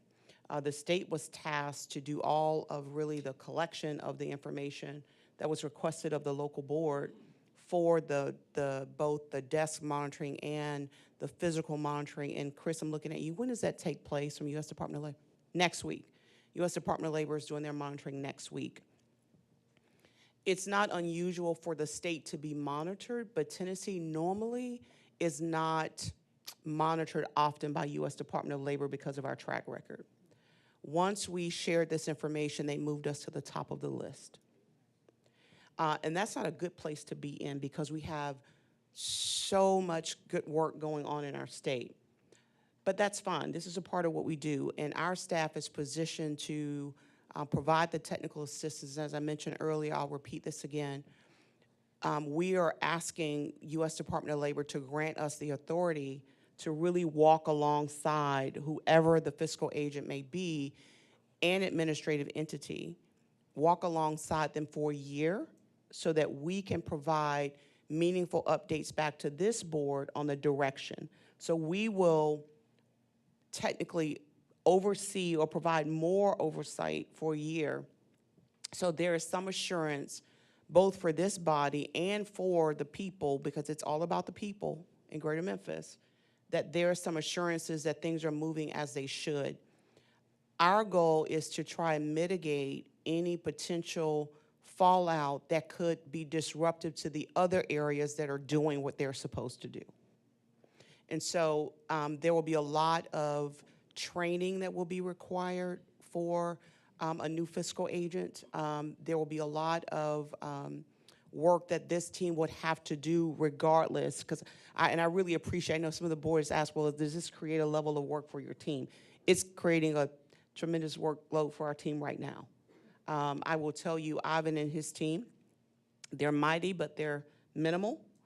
And for the last several months, along with our legal team, this has probably dominated all of our work for the last several months. And so, and that's fine as long as we can get a path forward. I will say this because I think it's worth noting. From the state's perspective, there is no one thing. This has been a preponderance of things. There's no one entity, there's a preponderance of instances. And so it's multi-layered, so there will be a lot of work that will need to happen at multiple levels from the board and continuing working with the mayors, continuing working with the administrative entities, and also, you know, there's a possibility there can be new board members. There's a lot that we have to work through. But I also will note, lastly, that whatever recommendations that the board makes, to the chairman's point, it can be a if this deadline is not made, then this action should take place, because this body will not meet again for another quarter. And so we will not have the luxury of having your approvals to move forward, and we cannot be stagnant for 90 days. U.S. Department of Labor will, all of our funding will be at risk. And so it's important for us to hear from you on your recommendations, because that will guide our work on the transition plan over the next months and quarter, going into next quarter of 2024, so that we know exactly what to do, and then we can spend our time on both getting those tasks done and reporting back to the board, because we will not have the option to kind of hear from the full board ahead of the deadlines that are facing us right now. Thank you, Mr. Chairman. Mm-hmm. So I appreciate that clarification. You know, just a reminder, one of the main functions of this board is to hold the 9 regional boards accountable. And, you know, it's not something we like doing, but it is one of our responsibilities, because the real responsibility is serving the residents of all of the regions. And I think whatever recommendation we make, we just need to make sure that the outcome has the least disruption of services for the people in that region. So with that said, I think I would welcome a recommendation based on the discussion we've had, and then I'll probably ask for a motion to accept that recommendation, and then we'll have a little more discussion and then vote on that recommendation. So, Michelle, do you want to take a stab at? Can I? Yes, please. Sorry to interject, but I want to remind the board that if we're taking a vote, it's important that we need to follow the procedures and policies closely. And if anyone has an association with the local board or any subrecipients in that chain, from which you derive a personal or economic monetary benefit, you should abstain or recuse yourself. We can't force you to, but we would ask you to, in the interest of the legitimacy of whatever vote is taken, not be under questioned or challenged. Thank you. I appreciate that. Thank you. And we'll make sure that we include that as part of the process. So Michelle, do you want to take a stab at a recommendation and then see if anyone wants to? All right, I will try. The first recommendation will be to recommend to make a change in the fiscal agent. That fiscal agent. That will be our first recommendation with that. Yep, and that would be, there would be no if, gap. then that. So Yeah, we could that make that will be no gap. recommendation regardless of any response that we get by end of business today. Correct. We would still recommend that. We will fiscal still agent recommend change. that. All right, so based on that recommendation, do I hear a motion to accept that recommendation as discussed? Mr. Chairman, one question. By virtue of that, are we also recommending that they change their administrative entity as well? Correct. I don't know if that needs to be part of the motion. It would be. Okay. Yeah, understanding that they're one and the same. Okay. I'm sorry, but the motion doesn't expressly state. Okay, so if to make the motion, we need to expressly state that, All right. variance.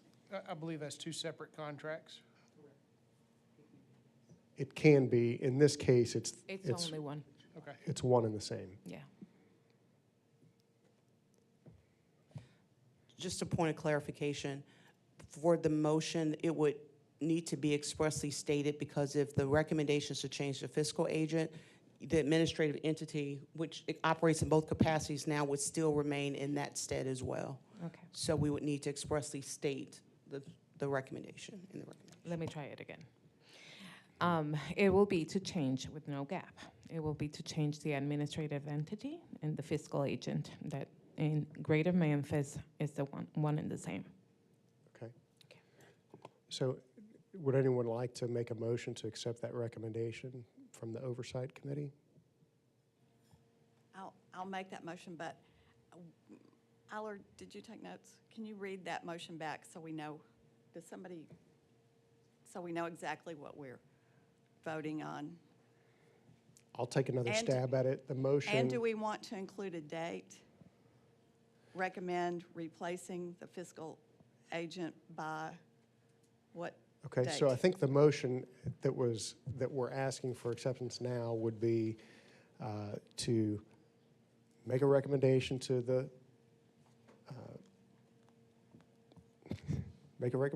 to replace the fiscal agent and the administrative entity. Go ahead. Oh, sorry, Chairman Barry. I was just going to say, just to specify, make it a little bit more specific, we just want to, make sure the recommendation is to the CLEO. Yes, To thank Mayor you. Harris. Yes, because and just point of clarification, the CLEO is the one who chooses the decision for both of those positions. Mhm. All right, so the amended recommendation is replace the administrative entity, the fiscal agent, and make that recommendation to the CLEO of the Memphis Regional Board, and to add a date to that no later than, December 31st? I'd yield to the state on that, because there's some nuance to changing those, because the contracts will have to be terminated and reissued, and there's some time involved with that. right, is there a reasonable date that could meet expectations? I think December 31st is kind of extensive. There already have been considerations. I think 2 weeks is more than sufficient to have some correspondence from be clear on that. Does November 15 work? Let me see. I'm looking at my calendar here. November 15 is a Wednesday. So make it that Friday, 2 weeks from today? Yeah, okay. 2 weeks from today, all right. That would be November 17. Okay, I think I got it. A recommendation to the CLEO to change the fiscal agent administrative entity to no later than November 17. I'll Are make that these- motion. Okay, thank you. Thank you. And then any other discussion about the motion? Yes, ma'am. In terms of the time, you think November 17th gives them enough time to be able to find another fiscal agent? I feel like it's aggressive, but Well, I think the point Ivan was making was that they've already been discussing that possibility. okay. And so it's not out of the realm of possibility to make that happen based on some discussions that the CLEO has been working Understood. on. Understood. The transition period would obviously, I shouldn't say obviously, but would extend past that. But in selection and naming, they've already had those considerations, and they should be able to provide that relatively soon. All right, thank you. I have a question. So if for some reason they don't meet the November 17th date, then what happens? It's a great question. There's the opportunity for discussions around decertification of the board as another option. The board should really be pushing this to make sure that it happens. But we'll continue to work with them. But from our perspective, we talked earlier about not being punitive actions, but only opportunities for sanctions and/or up to decertification of the board. So great question. Going back to my earlier point, I think unfortunately because of where we are and this board will not come back together until next quarter, we may need a set of recommendations. So for example, the recommendation to change the fiscal age administrative entity by the November 17th date, if that date is not met, then what is the next step in the action? That may be a subset of recommendations based on the results of the November 17th timeline. Because again, we are already at level 3 sanctions. So that's as far as the state agency can go. Level 4 is decertification, which we cannot do without this board's recommendation for the governor's consideration. So we would need sort of a staggered approach, because if that date is not met, we would not be able to come back to this body again for another quarter. Well, I think that's reasonable. And again, I think it sounds like the intent of what this board's trying to do is to say, look, we don't want to go that far if we don't have to, but if they can't, you know, and the main reason we don't want to is because we're trying to protect the residents of that area, right? So, so hopefully we're doing everything we can to protect the continuity of those services, but if in that amount of time, you know, they're still not taking the right steps that we're recommending, then we're willing to go to that next level. Jason? So question, given the aggressiveness of the timeline, should we modify it to say if the CLEO fails to change the fiscal agent and administrative entity by, say, 12/31, that we move to decertify? Or give the commissioner the authority to do so? That will be our next set of recommendations, right? Okay. Yes, so the dates, as far as the dates, it is up to the board. I just want to bring back to the board's attention that right now, and I know I keep repeating this, but I want to make sure that everyone is aware, at level 3 sanctions, the current fiscal agent administrative entity is on limited drawdowns, which means that the allocations for Greater Memphis are not, the entire allocations are not flowing to the area because of the lack of fiscal internal controls. So the entity is essentially under those sanctions. So the longer the entity is in existence, the sanctions are extended. Even if a new fiscal agent is named, it doesn't alleviate the compliance that's still required during the transitional process, but that is still very much going to be in place. And so I just want to make sure that everyone is clear on that.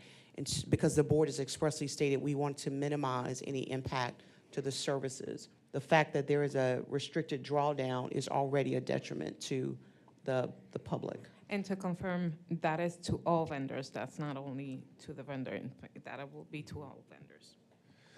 Yeah, and so I think the next recommendation that we'll make is that if the fiscal agent isn't named by our deadline of the 17th, then we would recommend a decertification.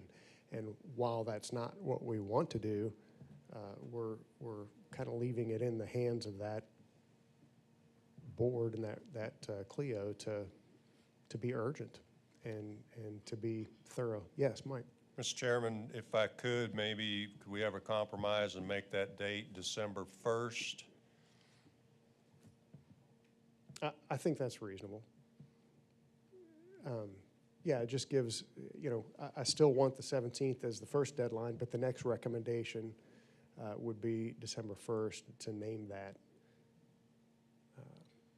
Yeah, not to name the new agent, but to make a recommendation to decertify by December 1st.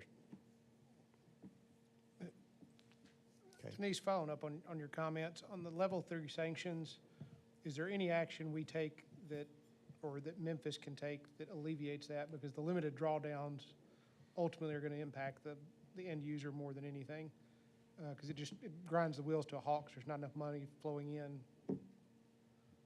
So the limited drawdowns, it's restricted drawdowns, meaning that there's pre-approval required by the state before they can pay anyone. So that's really what it is. They're still getting their drawdowns, but we have to review all of the information and approve it, and then circle back to make sure that the payment was processed correctly and those kind of things. So to answer your question, Ben, it would require, we would have to see a pattern of at least a year of where there is no infractions or anything associated with the area, which is why we've asked for that transitional year with U.S. Department of Labor.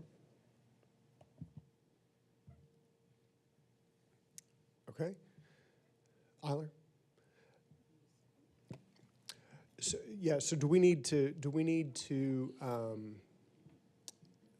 change the motion to add a second recommendation, or is that a second motion for a second recommendation? Before that, and I'm going to open it up, but as a reminder to everyone, we had, as Jonathan mentioned, a corrective action plan that they have until the end of the day. And we haven't heard anything, and we've seen a pattern. How do you feel about the certifying, if not receiving that, right? And that is, that is in addition to,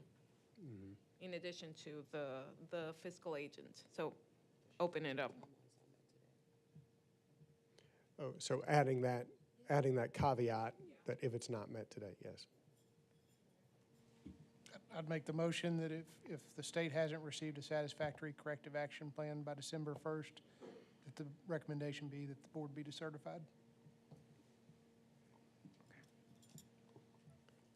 Okay, do I have a second to Martha's motion and a second to Ben's? The corrective action plan is due today. I don't know if you like to have a fiscal agent in place. I don't know I guess that comment came more from Ryan's admission that he was not even aware of it as a board member. Yeah. And I think if I was a board member, I'd at least want time to, he just found out today, so that gives them some time to work through that as a board. Okay. Point of clarification, for the board, for the corrective action that the state is requesting that's due by close of business today, those timelines are in line with what we are working with in conjunction with the U.S. Department of Labor. So we cannot prolong that any further because we remain out of compliance. So I just wanted to make sure the board understands there's implications if we extend beyond that, because the remedy for most of the items listed in the corrective action doesn't require board approval. It requires the staff to get documents and procedures in place and show that to the state. Does that help, Ben? It does. Ultimately, that corrective action plan is going to be written by the people at the fiscal agent.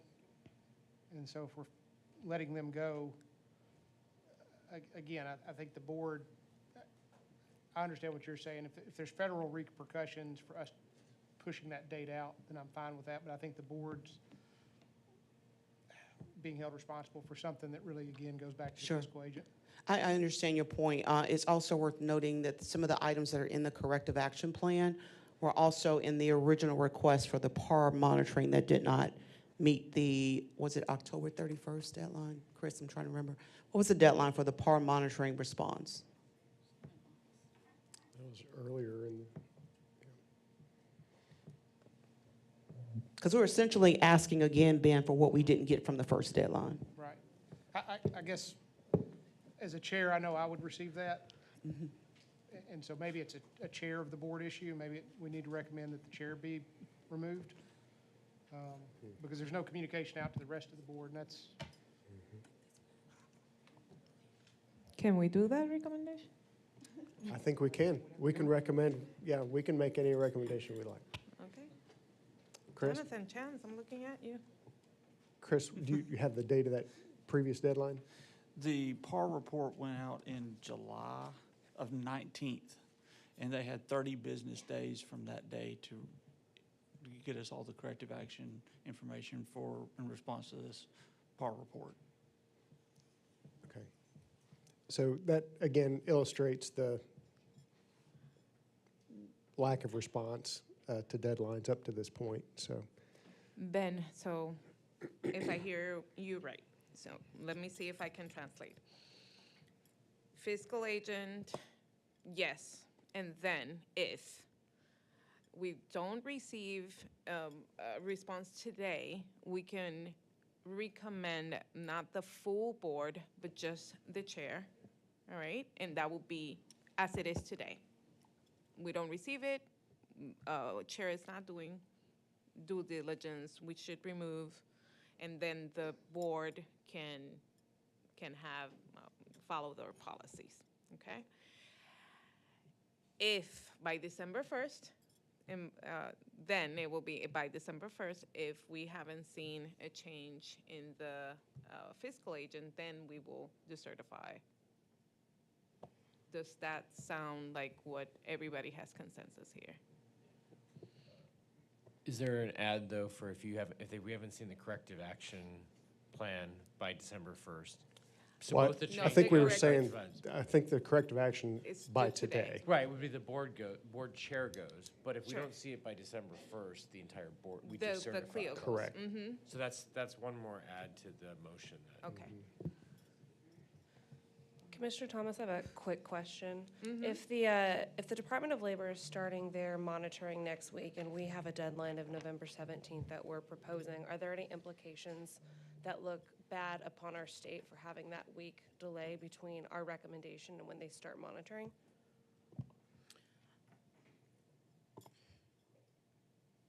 I'm trying to put on my thought process around how this will be perceived from U.S. Department of Labor. I think if there is action taken by the board, even if it's future action, it shows that the state is making some steps toward remediation. I think if the corrective action is not received by the close of business today, that's another layer of ramifications. But I think at least, I think it will be problematic for us as a state staff knowing that the state board has met and we do not have anything to bring back to U.S. Department of Labor. But I think they would be okay if it's future action.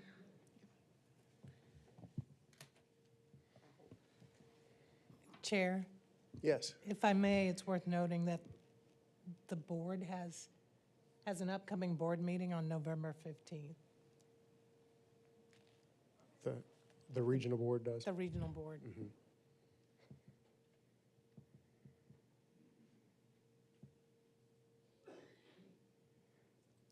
All right.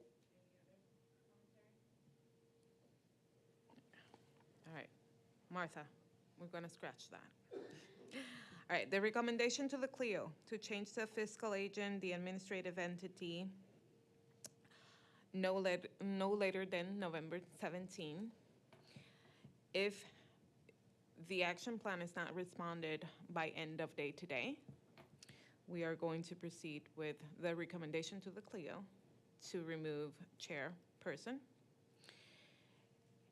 If by November 17 we haven't seen a change agent in the fiscal agent and the administrative entity, we then will proceed with decertifying the board. Just a little point of clarification.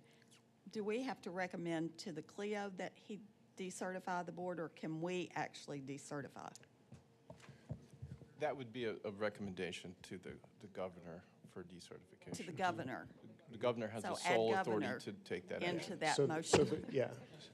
So the recommendation to the CLIO is for the board chair, fiscal agent, and administrative entity. The recommendation to the governor, upon none of that happening, Does that need to be two motions? is Let's make that two motions. fair enough. Well, I have one question for a point of clarification. Does there need to be a date attached to the recommendation to remove the board chair? It's the same date, I think.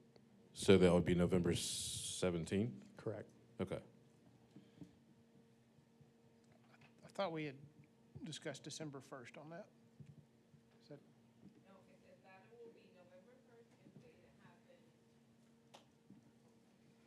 That will be, no, how I understood it was, no, December 1st will be if we haven't received a change of entity, right?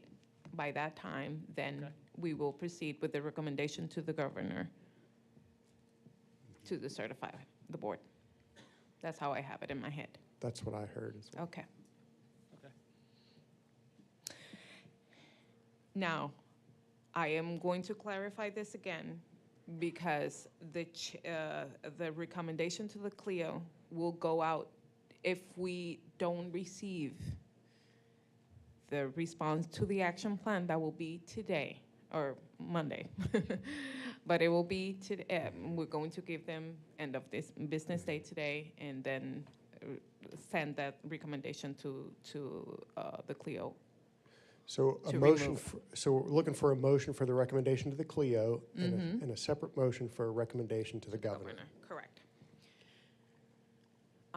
But I am going to clean the record.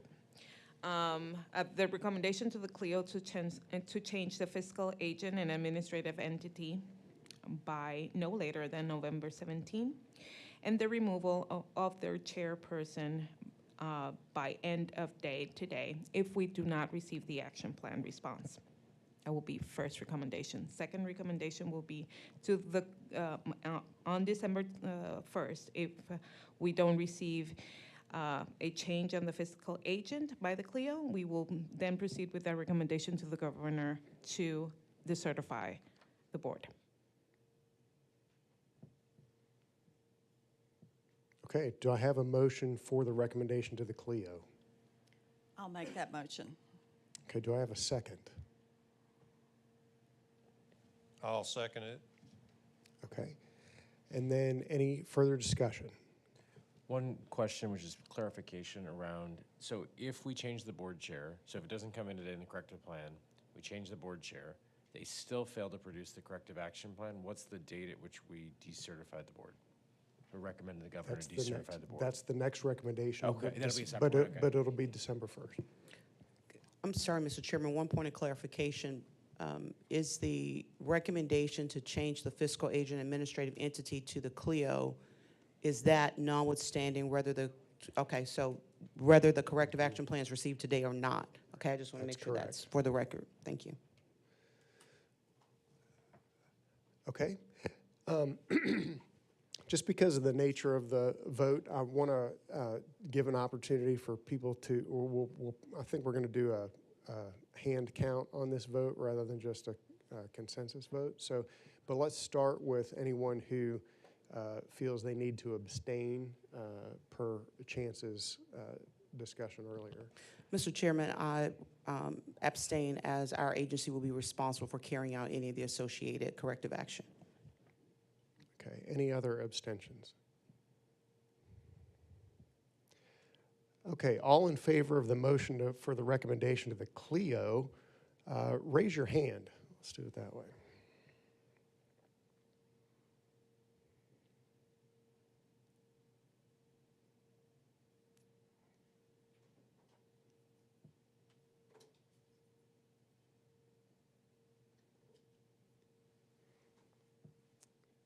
Got it? All right, and then any opposed to that recommendation to the CLEO? Okay, I think that motion passes. Now, I'm looking for a motion for the recommendation to the governor, which will happen on December 1st, assuming, under the condition that we don't see changes to the first recommendation. Yes, ma'am. I think that was moved by Ben Ferguson. Oh, I'm sorry. My motion was that if the board hasn't submitted a valid corrective action plan, I think the motion changed to if they haven't changed the fiscal agent. Okay, I'm sorry. Yep. So do I have a motion for the recommendation to the governor? I'll make that motion, Mr. Chairman. Thank you, Billy. Do I have a second? Second, thank you, Kevin. And then any further discussion on that recommendation to the governor for decertification pending some of these other issues don't get improved? All right, let's give an opportunity for abstention on this vote as well. I'm going to abstain from this vote as a member of the governor's office. I too will abstain, as our team will be responsible for the process and any corrective action. All right, any other abstentions? Okay, all in favor of the motion for a recommendation to the governor for decertification, raise your hand.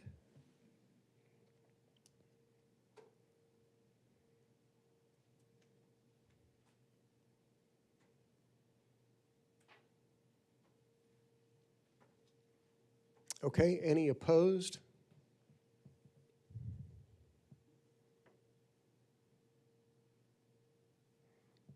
Okay, thank you for that vote. I think both of those motions have passed. Okay, Michelle, thank you for handling that conversation and making those recommendations. I know that that was a lot of information to grasp, and I appreciate you making it clear and creating that transparency for not only your committee, but for the board. So thank you for the work that you did to make that happen. Thank you for the team. They have been amazing in handling this. So I'm very appreciative of them and their insight that they can provide. So thank you. Yeah, and again, I just want to reemphasize that, while this is not something that the board enjoys doing, it is one of our responsibilities to create that accountability. So I appreciate your willingness to stand up and hold teams accountable for the benefit of the residents of Tennessee. Okay. All right, any other conversation about committee updates? All right, next we have employment security update from Jason Cecil. He's the Assistant Administrator for Tennessee Department of Labor and Workforce Development. So come on up.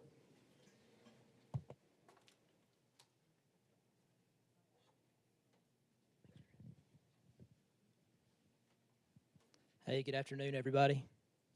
Again, I'm Jason Cecil, Assistant Administrator with the Unemployment Insurance Division of Labor, and today I have with me Jacob Greer, who's an unemployment program specialist who has been working on the new unemployment insurance benefits system. The last time we were here, we kind of focused on the claimant, the unemployed individual, and their kind of journey through the system and some of the interactions that they would have with the new unemployment system. So today we're going to shift our focus and show you a little bit of what the employer will experience with the new system. One of our primary goals in this system overall, and particularly in the employer's portal, is to make it just kind of an intuitive, simple, easy to access, easy to navigate portal that the employers will be pleased with to use. One of the things that we really focused on was streamlining all of the activities or actions that an employer would need to take within the system, and then adding more self-service options for things like mass layoffs, work refusals, things like that the employer has to have assistance from the department or has to go through another portal to use. We wanted to kind of combine everything into one place and allow the employer to do as much as possible on their own. So I believe what we accomplished here is we've got a simple, quick registration. The registration for an account for an employer to access all their information is less than 10 minutes. That's a one-time process for that employer. Once they complete that registration, they'll have all the access that they need from that point forward to all the unemployment insurance benefits information that they would need. We created comprehensive self-service web requests for things like fact-finding, which is a request for separation information. When an individual files for unemployment against a particular employer, they can complete appeals, protest charges, and submit specific reporting regarding their employees. Once development was completed, we brought in a third party who conducted a usability study. And that usability study brought in 8 employers, ranging in size from about 10 employees to up to over 500. And each of those employers that participated in that study went through each action that we would require of the employer in the new unemployment system. So with that, we'll go ahead and jump in and show you just a little bit of a demo and what those employers are going to see with the new system.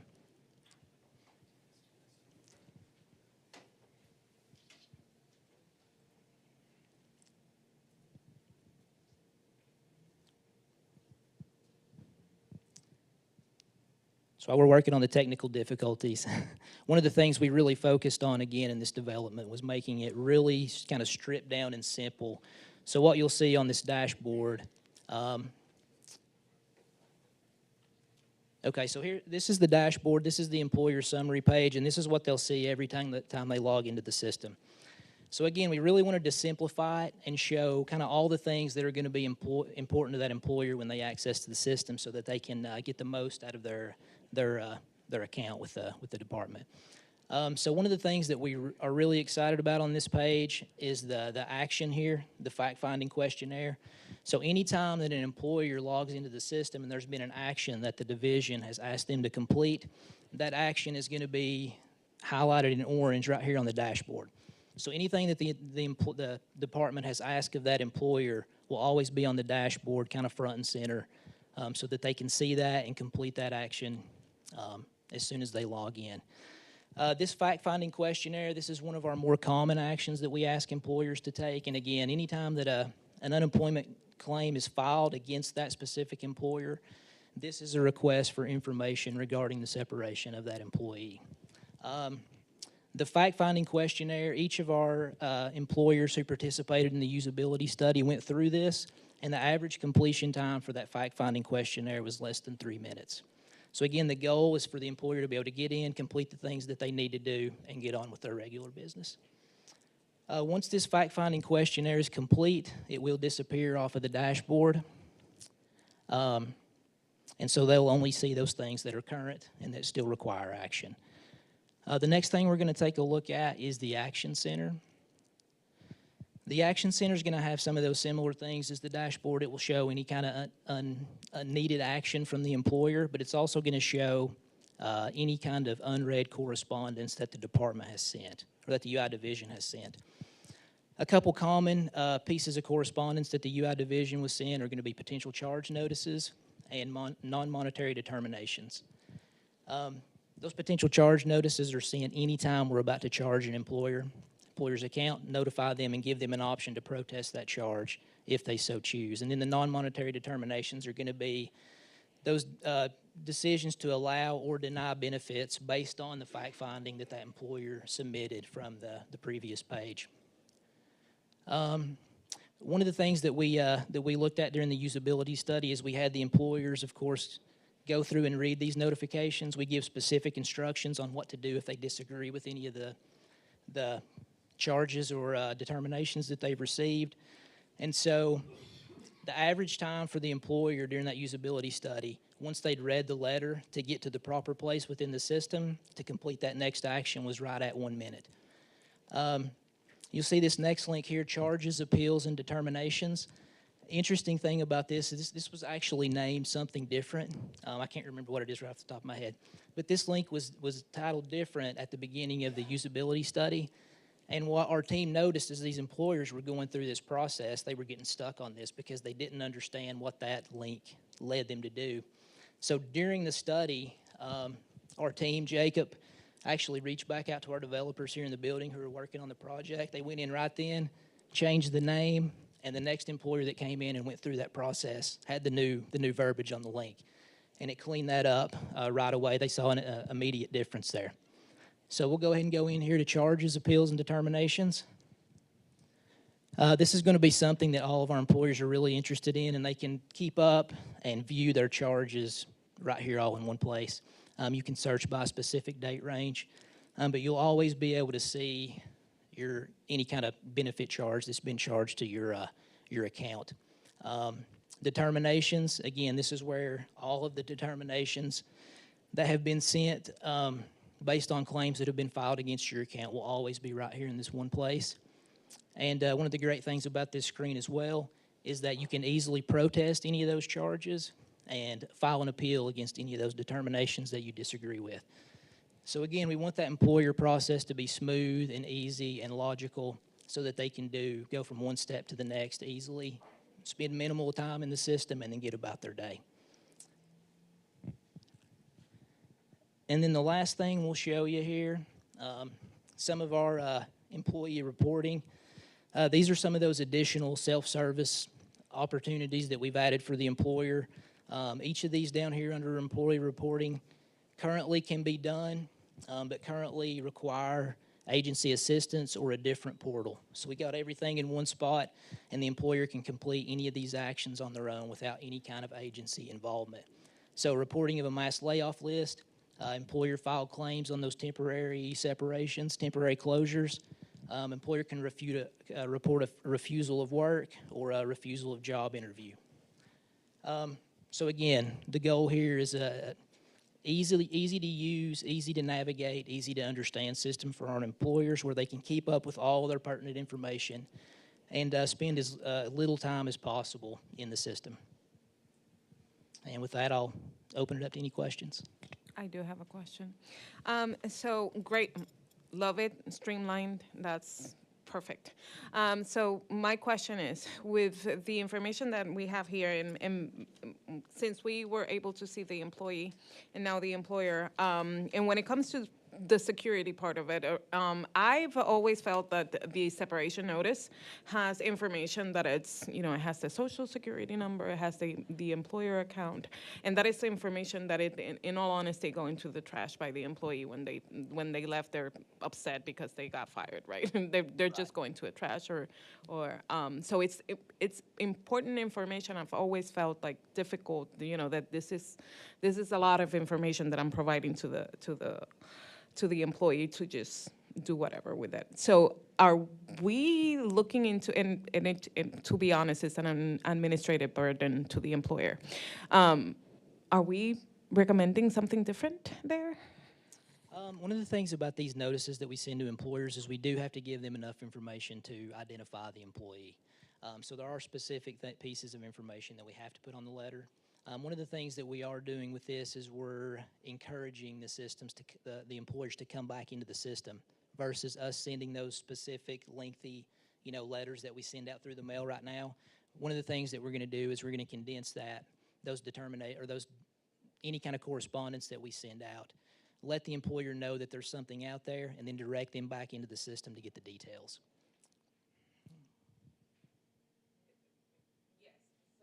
But the separation, I'm still required to provide the separation notice to the employee.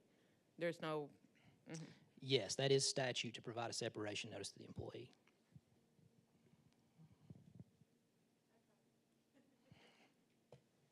Very good. Any other questions on the new system?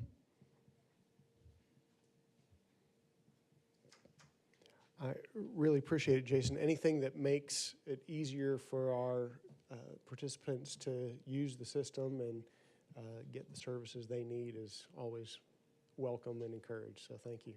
Thank you for having me. I appreciate it. You bet.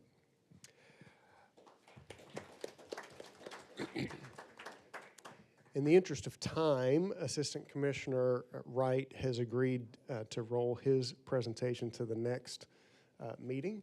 So with that, I just want to thank you for your time today, your investment in the folks in Tennessee who are making our state as good as it is. You should have received an email in October about the dates for next year's board meetings, and please put those on your calendar. Prioritize those dates for your calendar. Please work around them so that you can have solid attendance throughout each of those meetings.